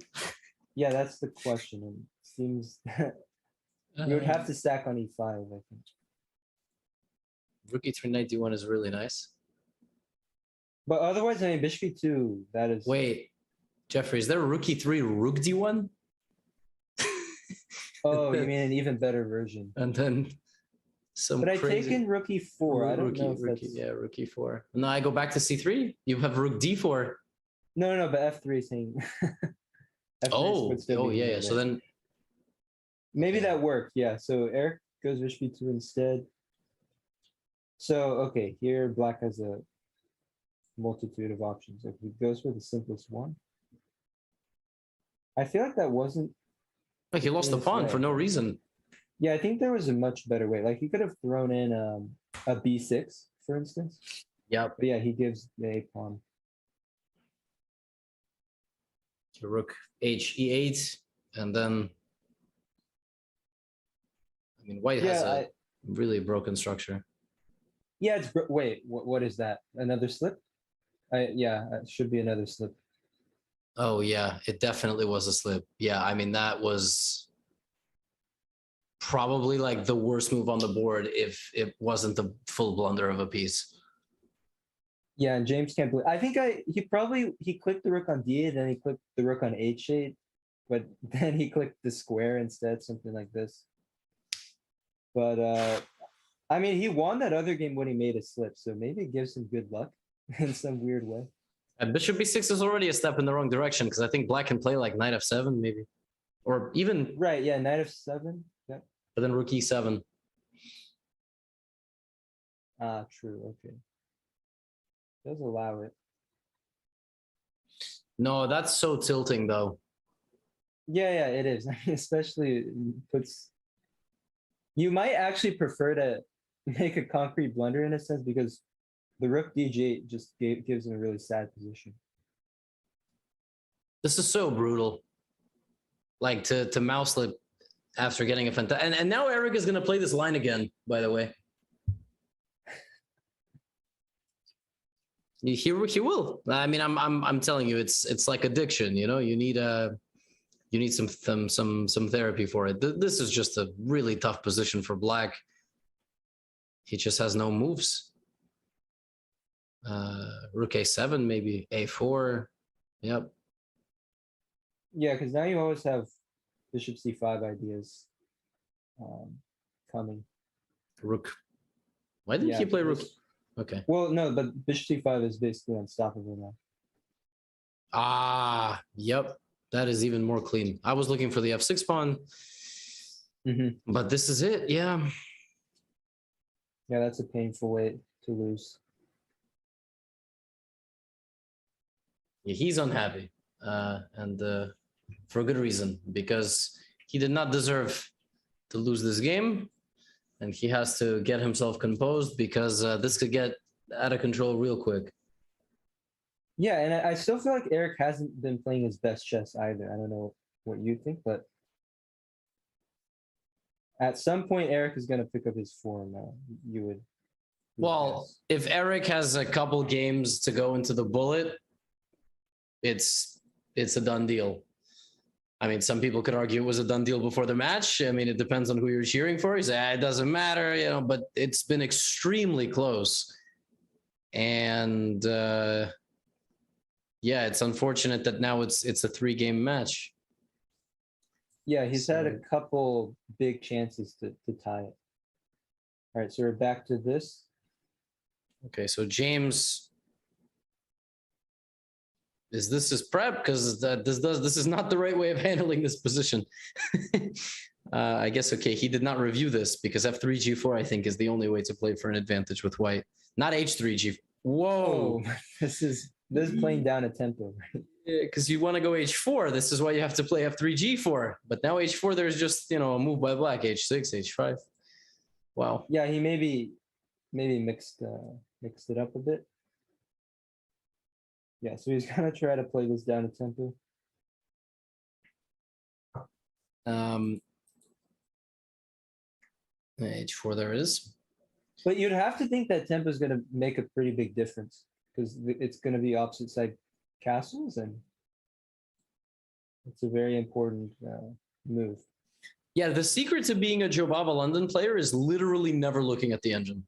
I mean, Jobava London is a way of life. It's not an opening that you want to get Stockfish's blessing on because it will absolutely not give it to you. Long castles now, as you said, but then Rook C8 and Knight A5 looks kind of. Oh yeah. That I would be very, very scared with one. Oh my gosh, Jeffrey! And then we're gonna get Queen B3, Knight A5, Queen B3. You think that's gonna happen? I'm not sure I would go. No, I don't think I would go that. I wouldn't go that far. But I'd start with Rook C8. Yes. I don't think we're gonna get that far. I feel like we're gonna get a Bishop B5 or something. Okay, or that. Yeah. Oh, so this doesn't hang the D4 pawn because you can take. Well, I guess Queen D4. You could play that. Yeah, you could play that for black. I'm not sure you would want to. Tough spot for Eric. You can, if you want to play simple, you can take on D3 and just play G6. Yes. Consolidate. If I was black, I would go Knight A5 though. Oh, because Bishop G6, Knight C4. That's a nice one. But he does take. So now Bishop E3. Yeah, Bishop E3. This is similar. What's the idea? Queen back to B6. Are you sacking? Are no, you just taking... take. Yeah, I taken Rook E1. I think. I don't think I can sack right away, but Rook E1. I think James Canty might sack. Wait, maybe you can sack. Hold on. So I take on D5, takes Queen D5. I don't know. I just feel like he will. I don't know. Knight C5. And then Rook E1. That looks juicy, I have to say. Yeah, maybe. Wow. Okay. On the board. I mean, I knew he was going to sack. It doesn't matter. Looks like it's the best move too. Yeah, but yeah, good or I think good or bad, you knew he was going to sack. Oh yeah, it made no difference because it just looks appealing. It just looks like, plus he has to win, you know, you might as well. Yeah, and I think Eric he's going to have to take this and play Knight C5. Yep. And then my original idea was Bishop E3, but Rook D8 somehow? Rook D8, yeah. So I think you start with Rook E1 then. Rook E1. And then Bishop E7, maybe Bishop D6. Ooh, but Knight C3, this slows it down a bit because Rook D8 again, like you said. Is there Knight E7? Oh my God, what is that? I would have gone Knight E7, but still. Okay. Still, I mean. Yeah, Knight E7 was good there. So Rook E1 now? Rook, yeah, we really should play Rook E1 at some point. Because how is black going to get out of... Oh, maybe he wants Rook F8, Rook F5. But, okay, no, there's Queen G8. Yeah, there's Queen G8 stuff. Yeah, Rook E1, How you don't even... How do you do this then for black? Actually, question is, how do you do this for white? Like, what's... No, but I go Bishop... Yeah, I go Bishop D6. Bishop D6, okay, yeah. And now, I mean, I already have threats. Yeah, Queen C5, yeah. No, this is a brutal, brutal, brutal game. And this is what I mean. It could be a game in a totally different direction. Could be a match in a totally different direction if it doesn't mouse slip. So it's just good for him keeping his composure. Yeah, this would be a very important win if he does manage to convert. I would just take on G6 here. Yup. Nice and clean. Yep. Knight D5 is on the way. There's not much else you can do. If the A-pawn did not defend the queen, there would be Rook E7. It's all over. So it's... Yeah, very, very important response here by James. Yeah, huge win. And he will definitely play in the exact same way the next time he plays the Jobava London. But again, he was playing this down at tempo. Imagine if he... if he didn't play it this way, I don't know. Maybe if he played it the right way, he would have lost. You know, Rook E8 now, and just we go to sleep. So just play Rook E8. Queen H5 and G6. Yes, but Rook E8 is more relaxed. The less pieces Eric has, okay, he doesn't play either of them. Fine. Oh, this one I think this is idea like some Knight F6 potentially. Yeah, I think that's it's Okay. All right, he's gonna mix this one in. Yeah, this is okay. That's rookie 7. Don't even play it. Okay. Yep, he Boom. does it. Yep. Nice win. All right. 7-5. Good for him. Okay, and here we go. Back to this. I told you, like why? But then again, I did the same during our match. I was convinced I was playing into a good line against Eric. And But I thought Eric would have checked this though. And maybe he did, but it's like sometimes you are better, but the position in blitz is not easy to navigate, right? Okay, James. Why did James deviate? I wouldn't have deviated. Yeah, the end games were all going well for him. James was getting fantastic. I mean, he played a mouse slip last game, but he was completely winning after 15 moves. Yeah, I mean, it's really hard to adjust on the fly to strategy, and sometimes you make moves before you even think. So I get it, but I still honestly like this position though for black. So I think he's getting the tempo moves in. Look. Okay. Yep. C8. apparently there was a much better move. Stockfish spazzed there for a sec, but yeah, white is a pawn up, but it's the C pawn right here, and it's far from obvious. Yeah, I still feel like it's trickier to be white. Bishop f5 coming, maybe knight b4. A6 after that, knight c4, bishop takes c3, blah, blah, blah, blah, blah, blah, blah. Huge initiative. Yeah, white's best move here is only bishop e3, which if Eric plays bishop e3 right now, I don't know. That would be one of the most impressive things, I think. Yes. What even is the point of that move? I think to go queen h4. Okay, so now bishop f5 should come. Yeah. Wait a second. So knight b4. Knight b4, it's exactly what you said. Then knight c4. Well, knight b4, I think I've already got some nice threats. Yep. You would have to go knight d4, I think. That is a tough move. So rook d2, you have bishop c3 stuff, right? Maybe not. Knight a2, king b2 somehow. Maybe I would go to your move then, knight c4. Looks pretty good. Yeah, Finds it. Find knight d4. And I still feel like black can play some a6 at some point. Like, would you do it now or? I don't know. Yeah, I like it. Sack the knight, a-b, open up the rook. Oh, but knight c4 is also an idea. So I'll let you take on f5. Like, you take on c4, you take on f5, gf.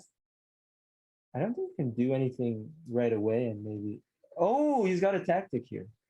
Oh, wow. Knight a2, bishop d4, removing the defensive queen c2 mate. Very cool. What a move. He's barely better because Stockfish just tries to be the smart kid in the room. King b1 is why, apparently. Wow. Okay, so gonna get an endgame again. Yes. Where? Please no more mouse slips. Probably you have nothing better than to take in bishop e4. Mm-hmm. F3 there. And bishop d5. Some kind of position. Yeah, but that's not Canty style, but he might have to settle for that. Yeah, I don't see anything more flashy. Wow. Queen c3 and bishop e4.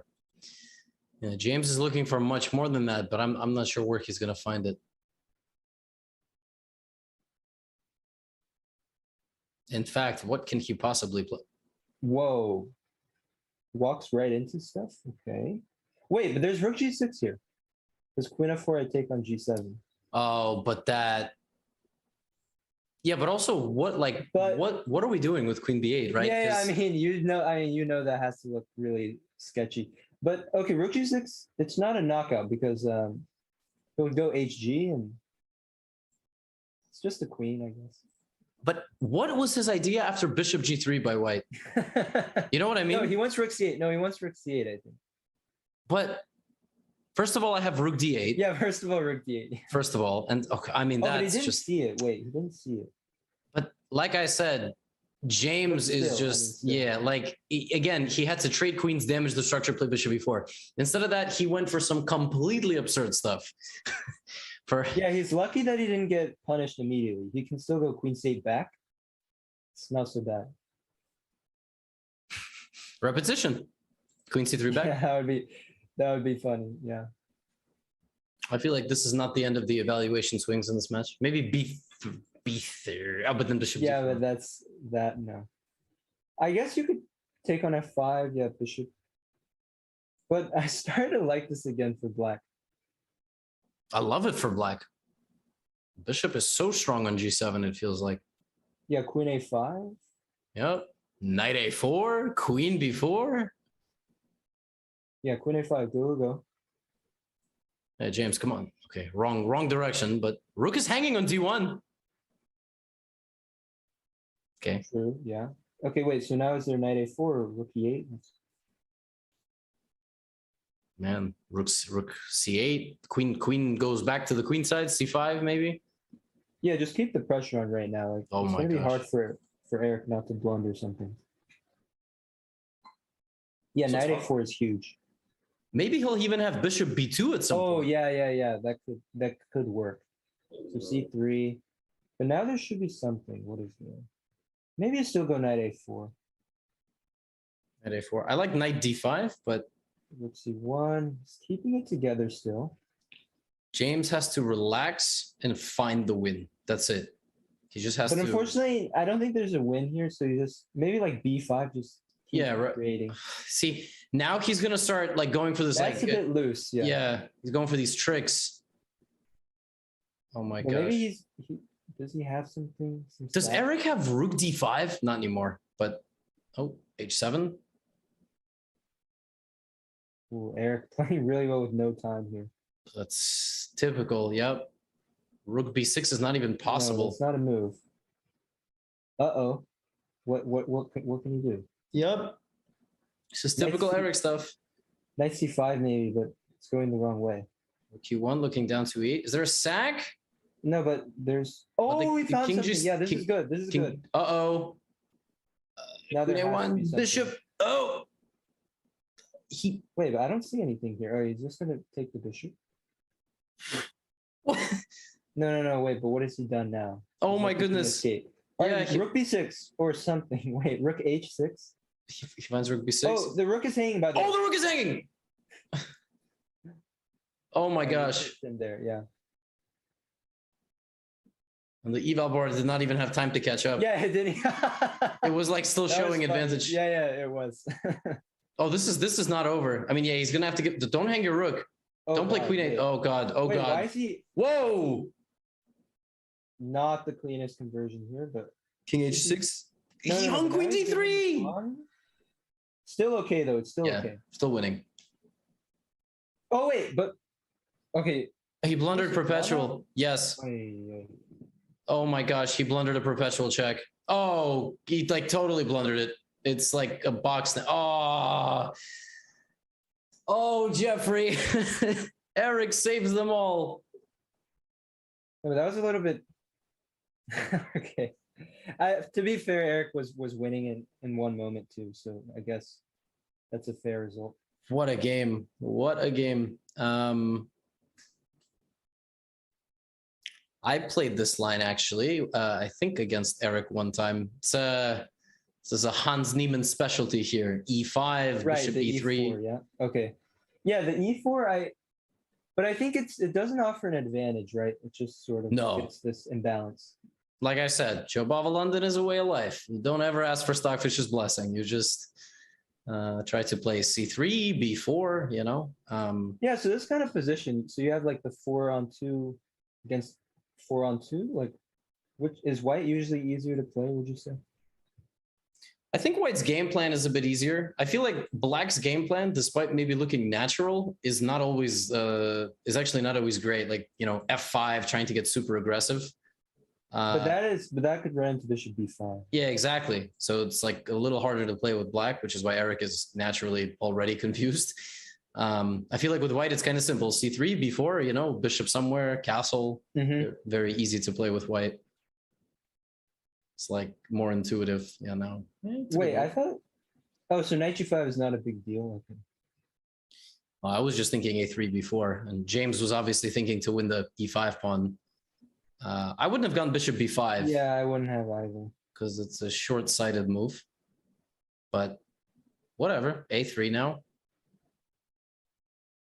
Yeah, you definitely don't want to take on c6, but okay, you're not forced to either. Maybe it's a4. Okay, that is. Does he want a5? Okay, I don't know what he wants. I don't think he knows what he wants. Yeah, this is not good because if he moves the bishop, yeah, okay, so he decides to go for this instead. Yeah, this is an example of knowing your opening for about 10 moves and then not quite knowing the follow-up plan, because you definitely wanted to keep the bishop on c4 if you were going to put it anywhere. Now black just has bishop pair and is And very a nice much center, yeah. So James needs to kind of like, in these more positional lines of the Jobava London, just breathe and then slow play, because now black can black maybe even go a5? Yeah, a5 and rook a8 or maybe okay, rook c. He wants there was some b5 that you have to worry about, I guess. Yeah. But yeah, for white, like you can't do anything with your majority now. Yeah, you need a bishop. This knight on f3 is not. Oh man. So yeah, Eric's just gonna slowly move his king in. The question is, how do you time like a a5 or maybe even b6 in a more extreme case, but some idea to undermine that that pawn chain. I don't know. Oh, I like rook. I think you even have time for rook a8. You bring the other rook to c8 and then threaten a5. Although, now that I think of it, maybe white wants to play a5 himself to cement that. Okay, Eric's gonna push on the king side. But there's a good maneuver by Canty, bringing the knight to d5. I am at a bit of a loss here. Like, yeah, knight e3, knight d5. I like your plan. I felt like Eric should have been a little faster with a5, but yeah, he needs to have some sense of urgency here. Maybe b6 is. Oh, he does go for that. Yeah, I wasn't sure if this works. So you allow the pawn to arrive there, but I would never have played that in a million years. I liked a5 a lot more, but you know, again, matter of taste. He seems to think that. I mean, it's risky business for sure, but it could also pay dividends. Mm-hmm. Like you take, I take on d4. Rook somewhere. Yeah, but where? That's that's the kind of. I know. I haven't thought of it that far. Do you want to give him? You can sack. Yeah. No. I was thinking about it too, but I don't think it's enough. Yeah, he goes rook e2. Yeah, maybe just knight e3. And a5 also feels a little bit. I guess it's knight e3. Okay, so issue is that rook on e2 is sort of stuck. Rook f1, rook d3. Ah, yes, I like rook f1 there. And they take e4. I thought you wouldn't be able to get away with this, but maybe. Yeah, but this is exactly why you don't play b6, because yeah, maybe there's some knight. Wait, knight d5. How would you evaluate that? Looks awesome. Bishop f2, wow. He's just. So bishop f2 takes. You get pawn on b7, but I mean. Okay, but be careful. Rook d5, bishop c5 doesn't win, because at the end you have rook c1, rook b1. But he's just basically saying he's going to put his rook on b8 and not lose. Really? Like, I'll play rook b2, rook b6. Well, it's a draw, right? I guess, if anything. Yeah. I don't think white should be at risk either. But oh, maybe g4 was an idea. Okay. No, I would have played g4. Yeah, because now you allow f5. Yeah. Rook b5. g5. Oh, but yeah. Goes for it now, which is still okay. It's gonna liquidate. Is there everything. FG and like h4? Just, I mean, of course it's a draw, but I'm just saying. Yes, you could try. Maybe it's a good try actually. But okay, no, he's gonna play it safe. Is he 2 seconds? Oh yeah. Just start pre-moving your king now. He's just gonna chuck all the pawns and. Mhm. Well, it was a fighting game. 3+1 segment is over, so this will be the last game. And as long as James is within a bit of a striking distance, he should be okay. But again, the last time I also jinxed it, so I'm gonna. Yeah. keep Wait. quiet. He needs to or G3. Oh no. Okay. Hold on. Wait. He's made a complete mess out of this. Yep. Rook b. I guess it's still okay because Rook the g4. A-pawn- Oh Wait, no, but he took why take with the king? There? Oh no, the king gets cut off. Yeah, Just it's keep- actually cut off on the file, which is even. Yeah, he had to. Yeah. Oh my Wait, Rook goodness. d4 is a bad move. Rook d4 is a very bad move. He's Yeah, but they're still- both. Yeah, very tricky endgame there. Very, very tricky. But it looks like Eric now has this. Yeah, he's cut off. Wow. Okay, and now Eric is stalling, but I don't think he realizes that the game clock is already it's already done. So. Yeah, so this is. Oh, isn't there like a draw here somehow now? He needed to go Rook b1. Yeah, he needs to go Rook b1. This is not. Now Oh he yeah, doesn't. this is a draw. Yeah, it's not. You need to cut one more file. And he accidentally got cut off again. But yeah, he tricked. He had the Vancouver, right? Is that when you attack on the third rank? No, you didn't even need to do that. I think if you just have to keep king on e2. So yeah, just move your rook to cover. Yeah.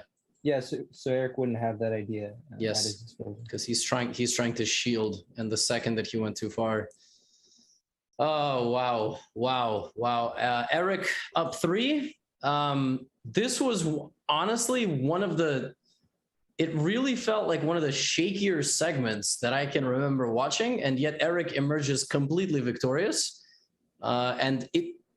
Jeffrey, has there been a game? There was one game, I think, in this match that went to James in a total mad scramble. The other maybe 4 or 5 all went Eric's way. That's sort of what it feels like. There was that. Yeah. I mean, I would definitely say like Eric's had a pretty good fortune here. It should. I mean, there have been so many chances, honestly, for James. It's quite disappointing, but he's got to find a way to shake it off and figure out how to make a run in the board. And with that, we'll take our scheduled break after the 3+1 segment. We've got 25 minutes of 1+1 coming up. The final segment of season 3 of the I Am Not a GM Speechless Championship, presented by Landover. We'll be right back.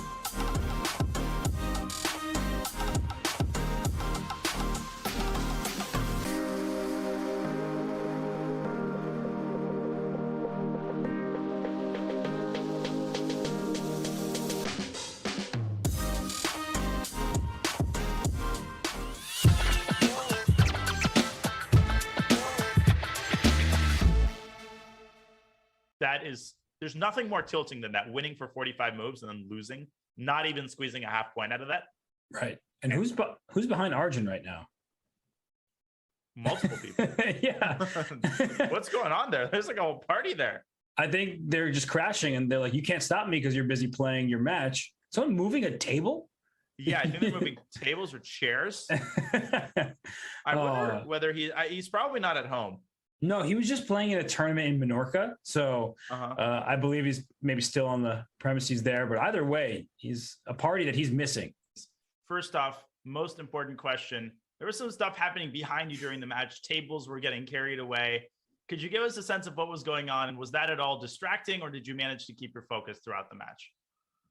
So basically, currently I'm in Spain, and internet is not the best in my room, so I'm playing from the commentary room. So there were some people working here, and that is why it was happening. But after that point, it was all cool, and it was slightly distracting, but I don't think it affected my chess.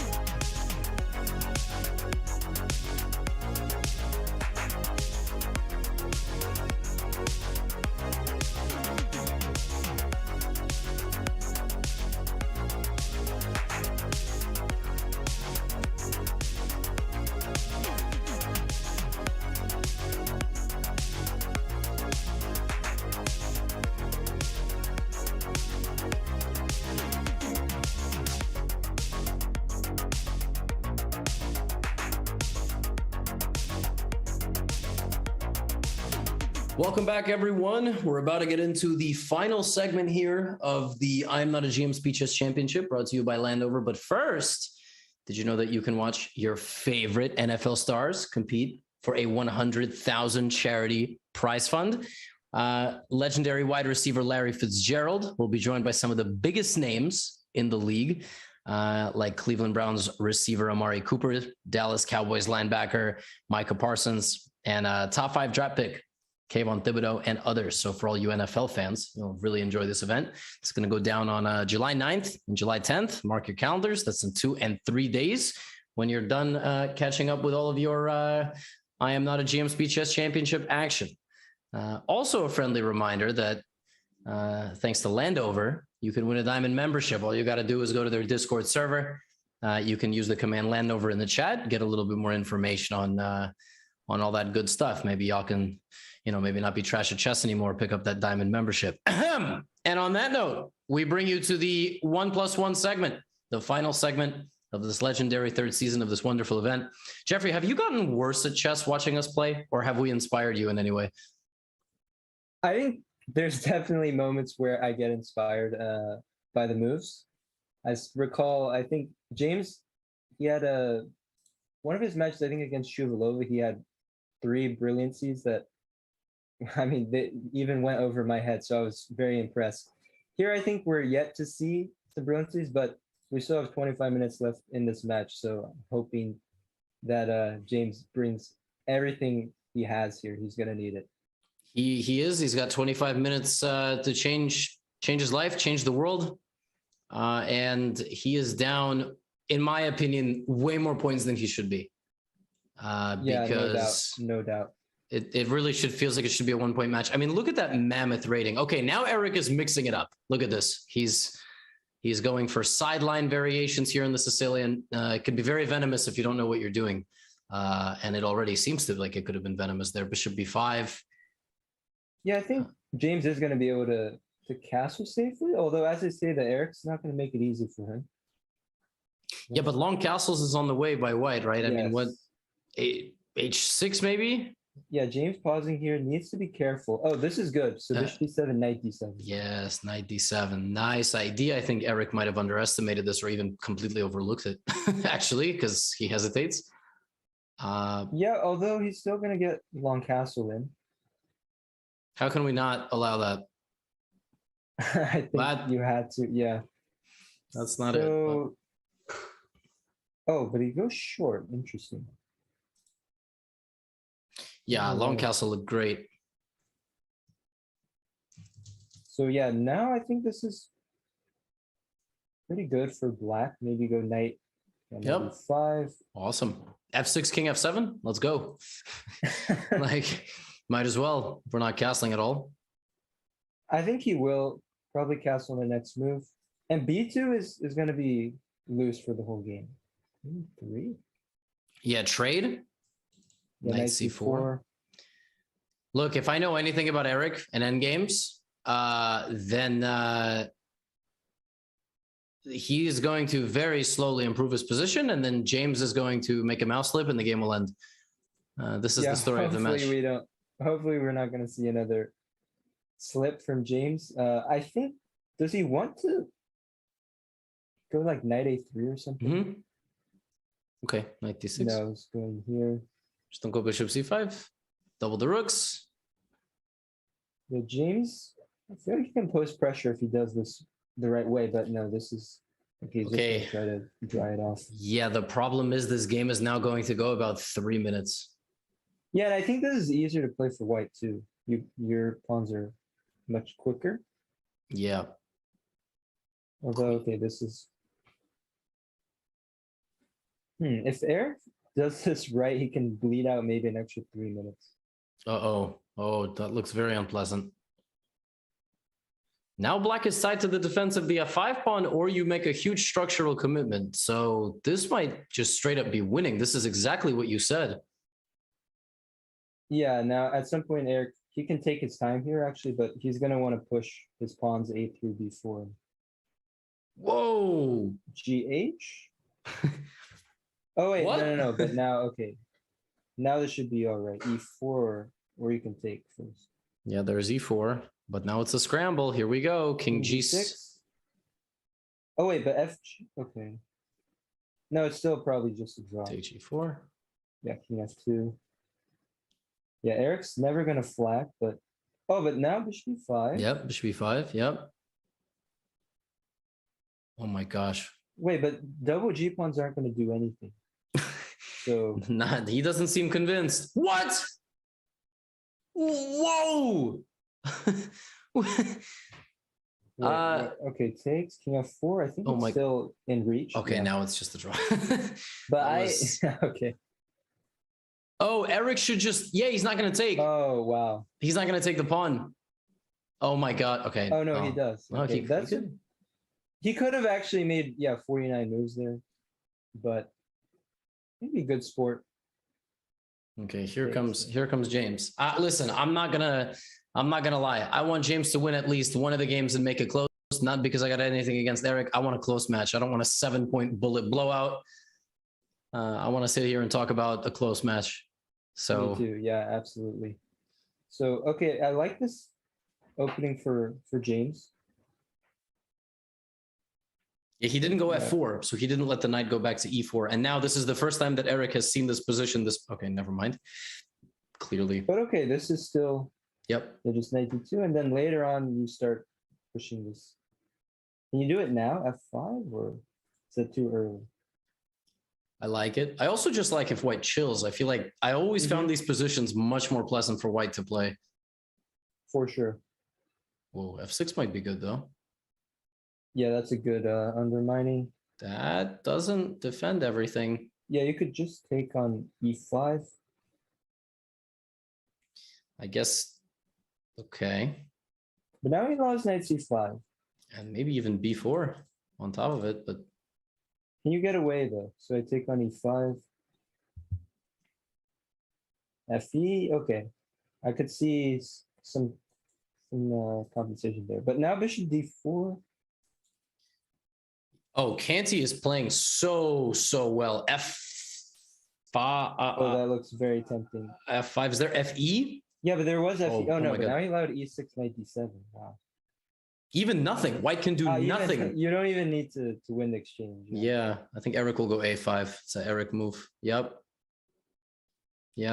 Told you. I played this guy long enough. I know what he's going to do before he knows what he's going to do. Yeah, knight E4. But wait, but he's let him back in the game. Exactly. Yep. Rook A4. I would go C3 and try to play like a queen trade. Rook A1, queen B4. Yeah, he's got a lot of time. Maybe good good moment to use some of it. I do like Rook A1 though. Yeah, just bring But- something over there. Okay, he's going for Should mate. not. Yeah, Rook G3. Okay, King H8. Knight C3. Yeah, Knight C3. Whoa. He's just. This is nuts. Rook A4. I feel like Alright, Eric's he's gonna playing play on his time. Yeah, he's playing on his time. Okay, Knight F7. Queen F7, Queen A4 is the idea. Yeah, you gotta go Knight F7. No, but this is a free knight. Oh god, now Knight F7. One last. Still Knight F7. Is it a draw? Oh. Okay. Oh my gosh, Knight No, but F7. Knight F7, please. Oh, Knight Queen F7 and F6. He has Queen Yeah, F6. Oh, Queen F6. James, Queen F6. Doesn't see it. Okay, there we go. He does see it, and now, yeah, that's wow. It's not over though. Yeah, it's still not over. What do you do? Queen E5 or Knight? Just Knight mean, H6. Take the repeat. Queen. Oh god, don't Okay, repeat. repeat once is fine. Queen, Queen A5. somewhere Queen there. A5. He hung his queen. No. Oh, He hung his queen in one move. Oh my goodness. Oh my goodness. I can't believe that just happened. Wait, Knight H6. Jeffrey, Knight Knight H6. H6. Oh my god, Knight Knight H6. H6. Knight H6. Oh my god, Knight H6. What is going on? Oh, but this is still losing. No, it's not losing. It's not But he had King D4. Rook A1 was made. Oh, you mean like that? Yeah. Yes. Rook F7 or something. Or this. Okay, wait, but is this winning I think this is a winning endgame for white. Yeah. or is it though? But not this I don't- way. Oh wait, now he was losing after King E3, but He's losing again. still losing. He's still losing. He just pushed his pawns to die. Oh God, no, Jeffrey. Oh, and the king is too close. This is also again an endgame when Eric can get so much time. Oh, Queen B6. Oh, wow. That's heartbreaking. James has to win every game now. Every game, and he has to win them fast. Yeah, I mean, starting with this one, okay, the Accelerated Dragon's probably his best chance for that. That was so fun as a spectator. I cannot imagine how it feels like to lose a game like that. That game is a microcosm of what it's like to play Eric, honestly. Like it's just No, but that was a bit much. I mean, I wouldn't. Does Eric really have such strong powers? He can get you to hang your queen, or not you, but like most people, yes. Okay, I see. I'm telling you, I don't know what it is. I feel like maybe like everybody loves Eric. He's super chill, but I feel like Eric might have made a deal with the devil. Like he's gonna have this super. I'm telling you, man. Like I'm telling, like you know, it's just one of these things. Eric that would explain a few things that happened in this match. Yeah. Every match, it honestly feels Eric just possesses people to go completely insane. To a skill I wish I could have. Yeah, and this looks pretty good for Eric too. Bishop B4. Yeah, Bishop B4 looks really nice. No, but he's allowed black to go B4. Okay. Yeah, Bishop B4 still looking nice. It's bullet. We're gonna be all over the place. So. Yeah. Now, okay, I like James' position here. You go maybe like a Knight F8, H6. Oh, Eric might be looking at Knight F7. But okay. Here's this. Yeah, but Wait.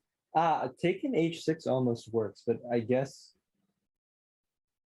Yeah, I was gonna ask what's wrong with just H6. Knight F7? I think Knight F7 is his idea. Or this, yeah, or this. Wow, E6. Maybe. Amazing. Looks very, very shady, but somehow it works. Okay, GF, I assume. GF. Do you also have? Could you have taken an? Oh, there was F7? EF. Yeah, there was EF. Yeah, EF7. Okay, so this should be better for black, but whether or not you can convert is another question. What do you play here, though? Yeah, FE Bishop C3 I don't like. Could you? Was there? Oh, there was Knight C5 there. Yeah, so you don't have to ruin the structure. Yeah. Yeah, Knight C5. Okay, well that's not just Rook C4 now. Mm-hmm. Okay, Knight coming to D5 is also good. James, you got to get a game, my man. This is it. Yeah, this is a must win for sure. You gotta. Well, he has no choice. He loses. No Knight excuse, F4, Knight he got D3. it. Knight F4, Yeah, Knight D3. He should have this in the bank. That's it. James, I want to no more nonsense. Get that rook on the D file. Go down to James. It's not the king. Rook D. James. Damn it. He's giving him A3. Oh my gosh. Jeffrey, there is no way he doesn't win this game, right? Well, E7, he's giving him E7. Oh my God, he gave him E7 too. Oh God. Whoa. Now E5, now G5. Jeffrey, ain't no way. Well, I mean, he's still rook A3, like he still should win this, but like judging from the last 10 moves or so, it's trending in the wrong direction. Yeah, it really is. He had some better way, I think. Rook D6, rook C. Oh, and this is very solid too for white. Like you just protect everything. Yep. Check, rook back, king up. No, this is very hard to win. And this bishop on C5 is just a savage. He takes on H3 though. No, but does this work? Wait. Ooh, this is. It's very close. Maybe he's in time. What? Okay, that was. What? Weird. Yeah. Okay, So well, now, okay. yeah. But Eric will play, and he will play, and he will play, and James just has to. What? Wait, seriously? Why? Why would he do that? Wait, and now this might be close to a draw, like after rook h1, but yeah, it's hard to explain what they're doing. How does he have this effect on people? How? Okay, but he blundered. I mean, he blundered it right. I understand he blundered, but how? And you know what's gonna happen? Eric's gonna play like rook a6 or something, and then Canty's gonna be pre-moving, and yeah, I mean, okay, it's still needs to get the rook to the a file, and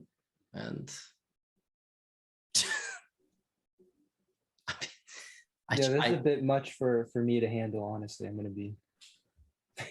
I'm telling you, I don't know what it is. Like, you know, it's not me being salty I lost. I'm very, very happy for Eric if he wins this thing. I don't understand how he has this effect on people. I've never seen more people throw games to one person in my life, except maybe Hikaru. Like, Hikaru defends positions that I think God himself could not defend. Like,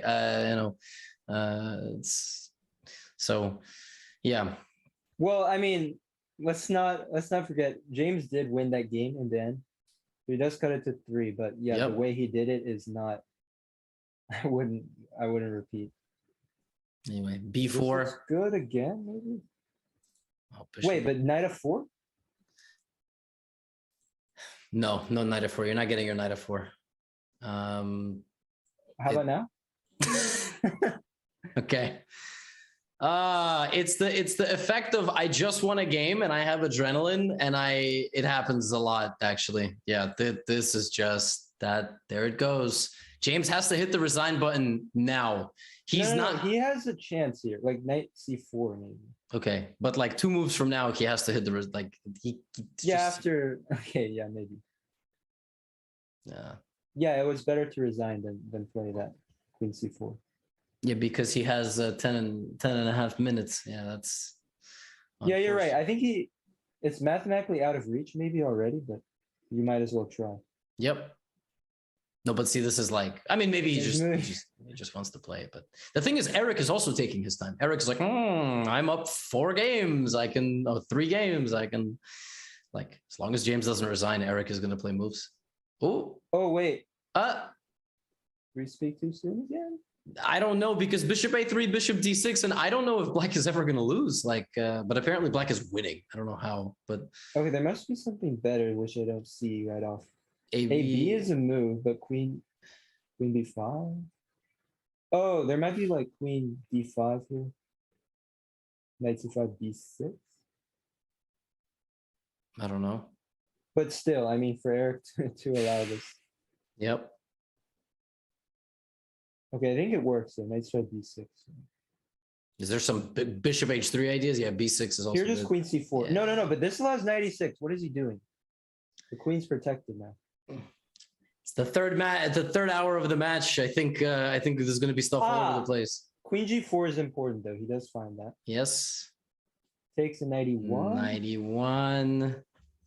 What is there? Knight h3, queen e2. Rook fe. Okay, but that's a piece. No, now this is a piece. He's turned it around. Queen f3, bishop C1. Wow. He's turned it around somehow. Queen E2. Yeah, now just again, I mean. All right. Just please, yeah, just please. All right, Has James. there been a clean finish or simply no? This is nuts. Wow. Bullet is He's just so gonna give him the unpredictable. pawn. Oh, and he gives him the knight. Oh my.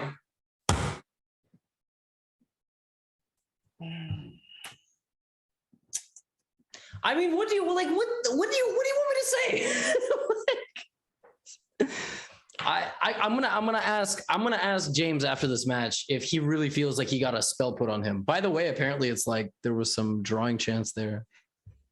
Seriously, what the heck is going on? Like I honestly, I'm Jeffrey, I'm telling you, he talked to a witch. Okay, like this is inhuman what he does to people. It's just, you know, But I mean, Eric himself, I know is better than this too. Like I know he's winning the match, but like what is some of the moves that he's played? I can't explain it.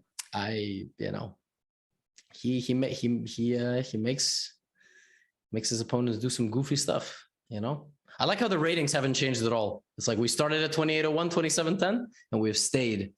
And this is going to be probably a quick game here.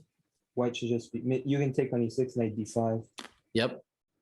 All right, this wins a piece. Two pieces hang. Yeah, clean, very clean, and that's it. Yeah, I mean that last one obviously basically did him in.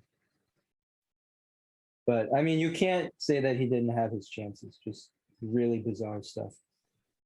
Yeah, this match compared to James' last match, I feel like he honestly had an equal amount of opportunities. He really did. He played some super awesome prep with the black pieces and mouse slips, just games getting away. And then, the bullet, just ton of blunders. I don't know. I mean, obviously, I'm like cracking jokes about Eric having this profound effect on people to just give him all their pieces, but it's something about the playing style. He keeps making moves. You know, Jeffrey, you've played Ilya Nizhnik before. Yeah, sure. He's a super strong player. Like, you know, he was like 2,700, I think. He once played against my friend in an over-the-board game. And he beat my friend, but my friend sort of self-destructed. And then after the game, Nizhnik, who's, 2,700 FIDE, goes, "No, I mean, I just make moves." Like, that was his logic. He told him, "I just make moves." Yeah, the problem is that when he makes moves versus when I make moves, it's not the same thing. I just make moves. So yeah, he's one of the chess weebs. Exactly. Yeah. You just make moves. So we've got 5 minutes to go, and unfortunately an insurmountable lead at this point. But I mean, somehow this game is still going. I don't know why he didn't. Can he play Queen E4? What is he doing? Oh my goodness. Like just allowing H2, Queen G1 is a mate threat. Oh my God, Queen G1 is a mate threat. That is absurd. And then if Queen F2, what is there? E3? Oh yeah. Okay, if Eric pulls this off, I will be. Oh, DC is also good. Okay. Yeah. But I liked E3 more. All right, Queen D6. Yeah. Okay. C1 Queen. Yes. That's good enough. He has 1 second on the clock. Okay, there it is. D7. Stop it. There's no way. There's no way. I refuse. Here's G6.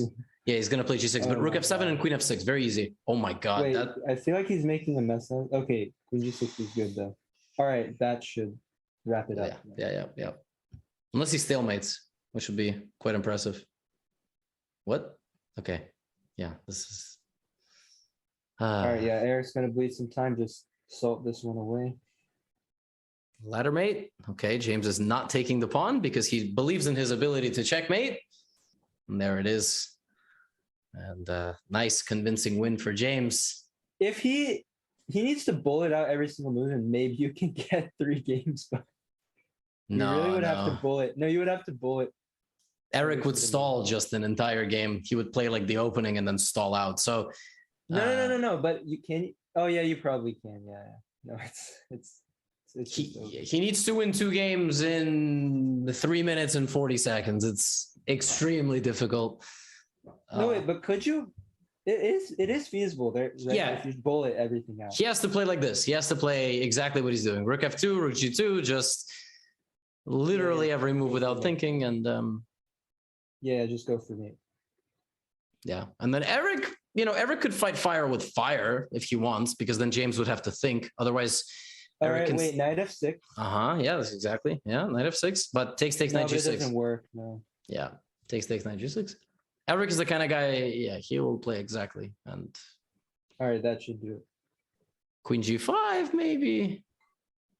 And course, then. Not well, and then yeah. But you have to play a move, No, but I mean, I think he realizes that it's out of reach. Yeah, just King H8 here. Or sorry, this is good. Just don't go Queen F4. That's all you don't want to do. Wait, actually, he's maybe getting the piece back. I don't see how you stop H5. But even then, like, let's say I let you take on G6, it's still a pawn up. But Eric, again, can just sit. Like, we're going to get down to 2 minutes. The closest it's going to get is... okay, wait a minute. No, why didn't you just take on F6? I don't know. I think he mentally prepared that he was going to... Because now knight H5. Like, that pawn was very important for your attack.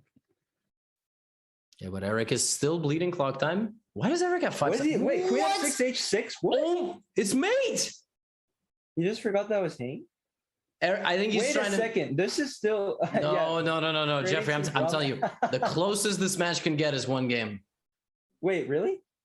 No. He can bullet every single move. No, because there's 150 on the clock. So at the very least, as long as Eric survives to 1 minute, he can just basically stall the whole thing. Like...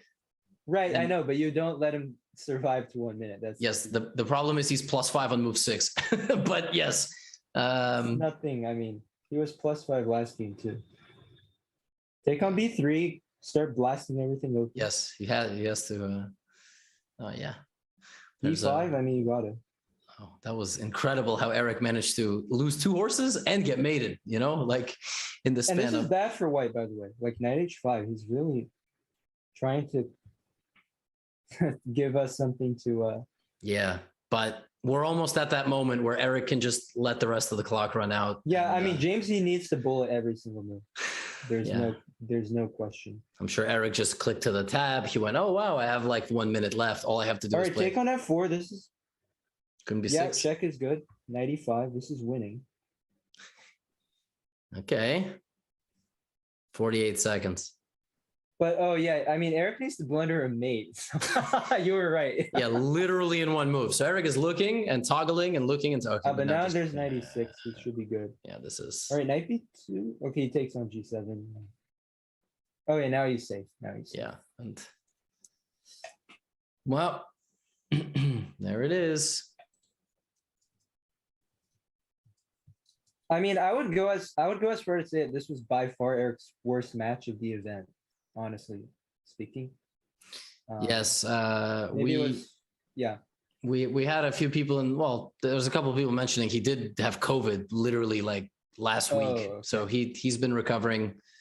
I'm sure that obviously played a role. It also could be the fact that James brought out the worst in Eric, because James has been playing super well and he made it a really nasty fight. So yep, time expires.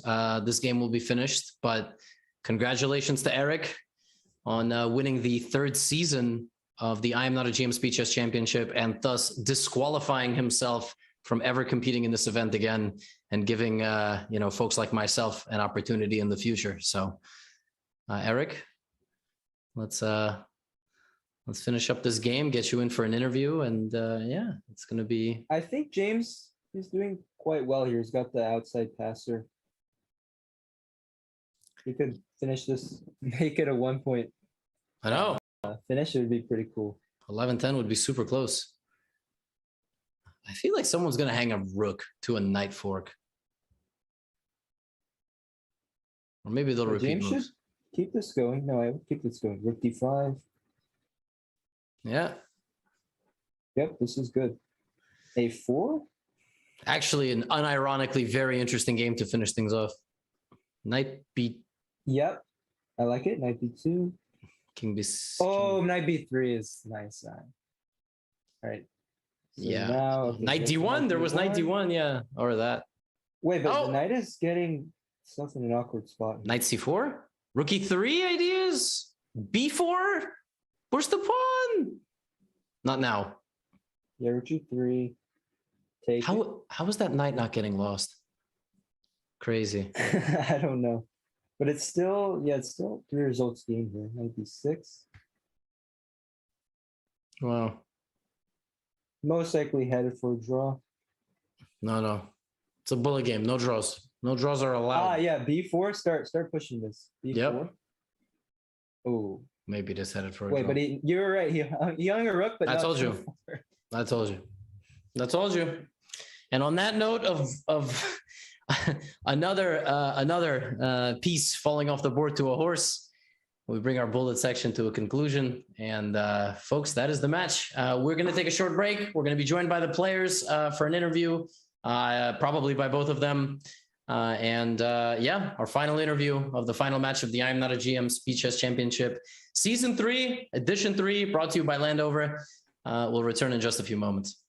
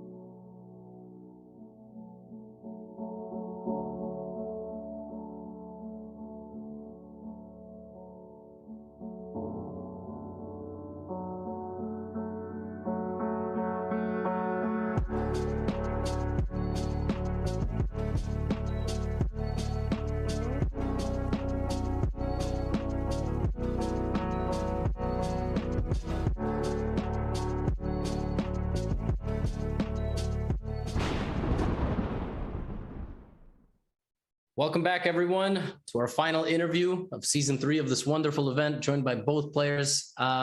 Eric, congratulations. You've graduated from the peanut gallery of titled players. Your first thoughts after your victory, please. Yeah, I'm just exhausted. That match took a lot out of me, and especially towards the end. I think both of us were missing simple things, and yeah, it was a lot of chaos in the final few games. But yeah, it's a relief, and I don't know if this means that, like, if do I not get to come back for next time to defend my title? Do I graduate to the Grandmaster title now? But yeah, it was fun overall, and big thanks to James for putting up some good fights. Yeah, maybe we can write to FIDE about a potential GM title. I wanted to get James' thoughts as well. Yeah, your general view of how the match went down. Honestly, in the first two games, I was I was mad that I lost, obviously, but Eric is extremely strong. He prepped everything. Everything was right. Honestly, the two games is always like, this was like every round almost. The first two games are always the jitters for me. So like getting those first two games out was smooth, and then I'm feeling better afterwards, right? So Eric was obviously as strong as he played, and it was hard, man. It was tough, bro. It was really, really tough. I was in here sweating and like, oh, mouse slip, and then, oh man, it was just crazy, bro. Definitely different from all the other games as well. I'm glad I made it close though as well. I was like, I started to come back a little bit, but the time didn't have enough time, and I was just coming up short. So congrats to Eric though. Pretty nice. Thank you. Yeah, James, I was gonna say it felt like any time the match was 2 or 1 games away, you were right there. It felt like a few times you were right there. I have a theory that Eric is involved in some sort of like witchcraft, like to keep the game going as long as possible. And did you feel a little bit of that? Because I felt a little bit of that. I had a mouse slip on like rook g8. There was a game that like I was supposed to take the rook and then queen the pawn, but somehow it went longer. I was like, how? This never happens. Like only when you play Eric Rosen, these type of things happen. It's literally ridiculous. Yeah, Eric is I mean, it's like, jokes aside, it's obviously a skill, because I feel the same way. I feel the same way. We gotta get Eric. You've beaten 2 people on this broadcast. You gotta go up against Jeffrey now. Right. I played Jeffrey like a week ago in Title Tuesday, and we had this super cool game, but then like he crushed me in the final moments. But, it was I think it was a very close game actually. You definitely had me on the rope, so we could set up. I think it would be entertaining. For sure. There you go, the final some boss. kind of a adoption match or something. That'd be fun. No, I don't think so. I mean, just I guess final question from me, just to both players. What is next? What's on the table for you guys? That's a great question.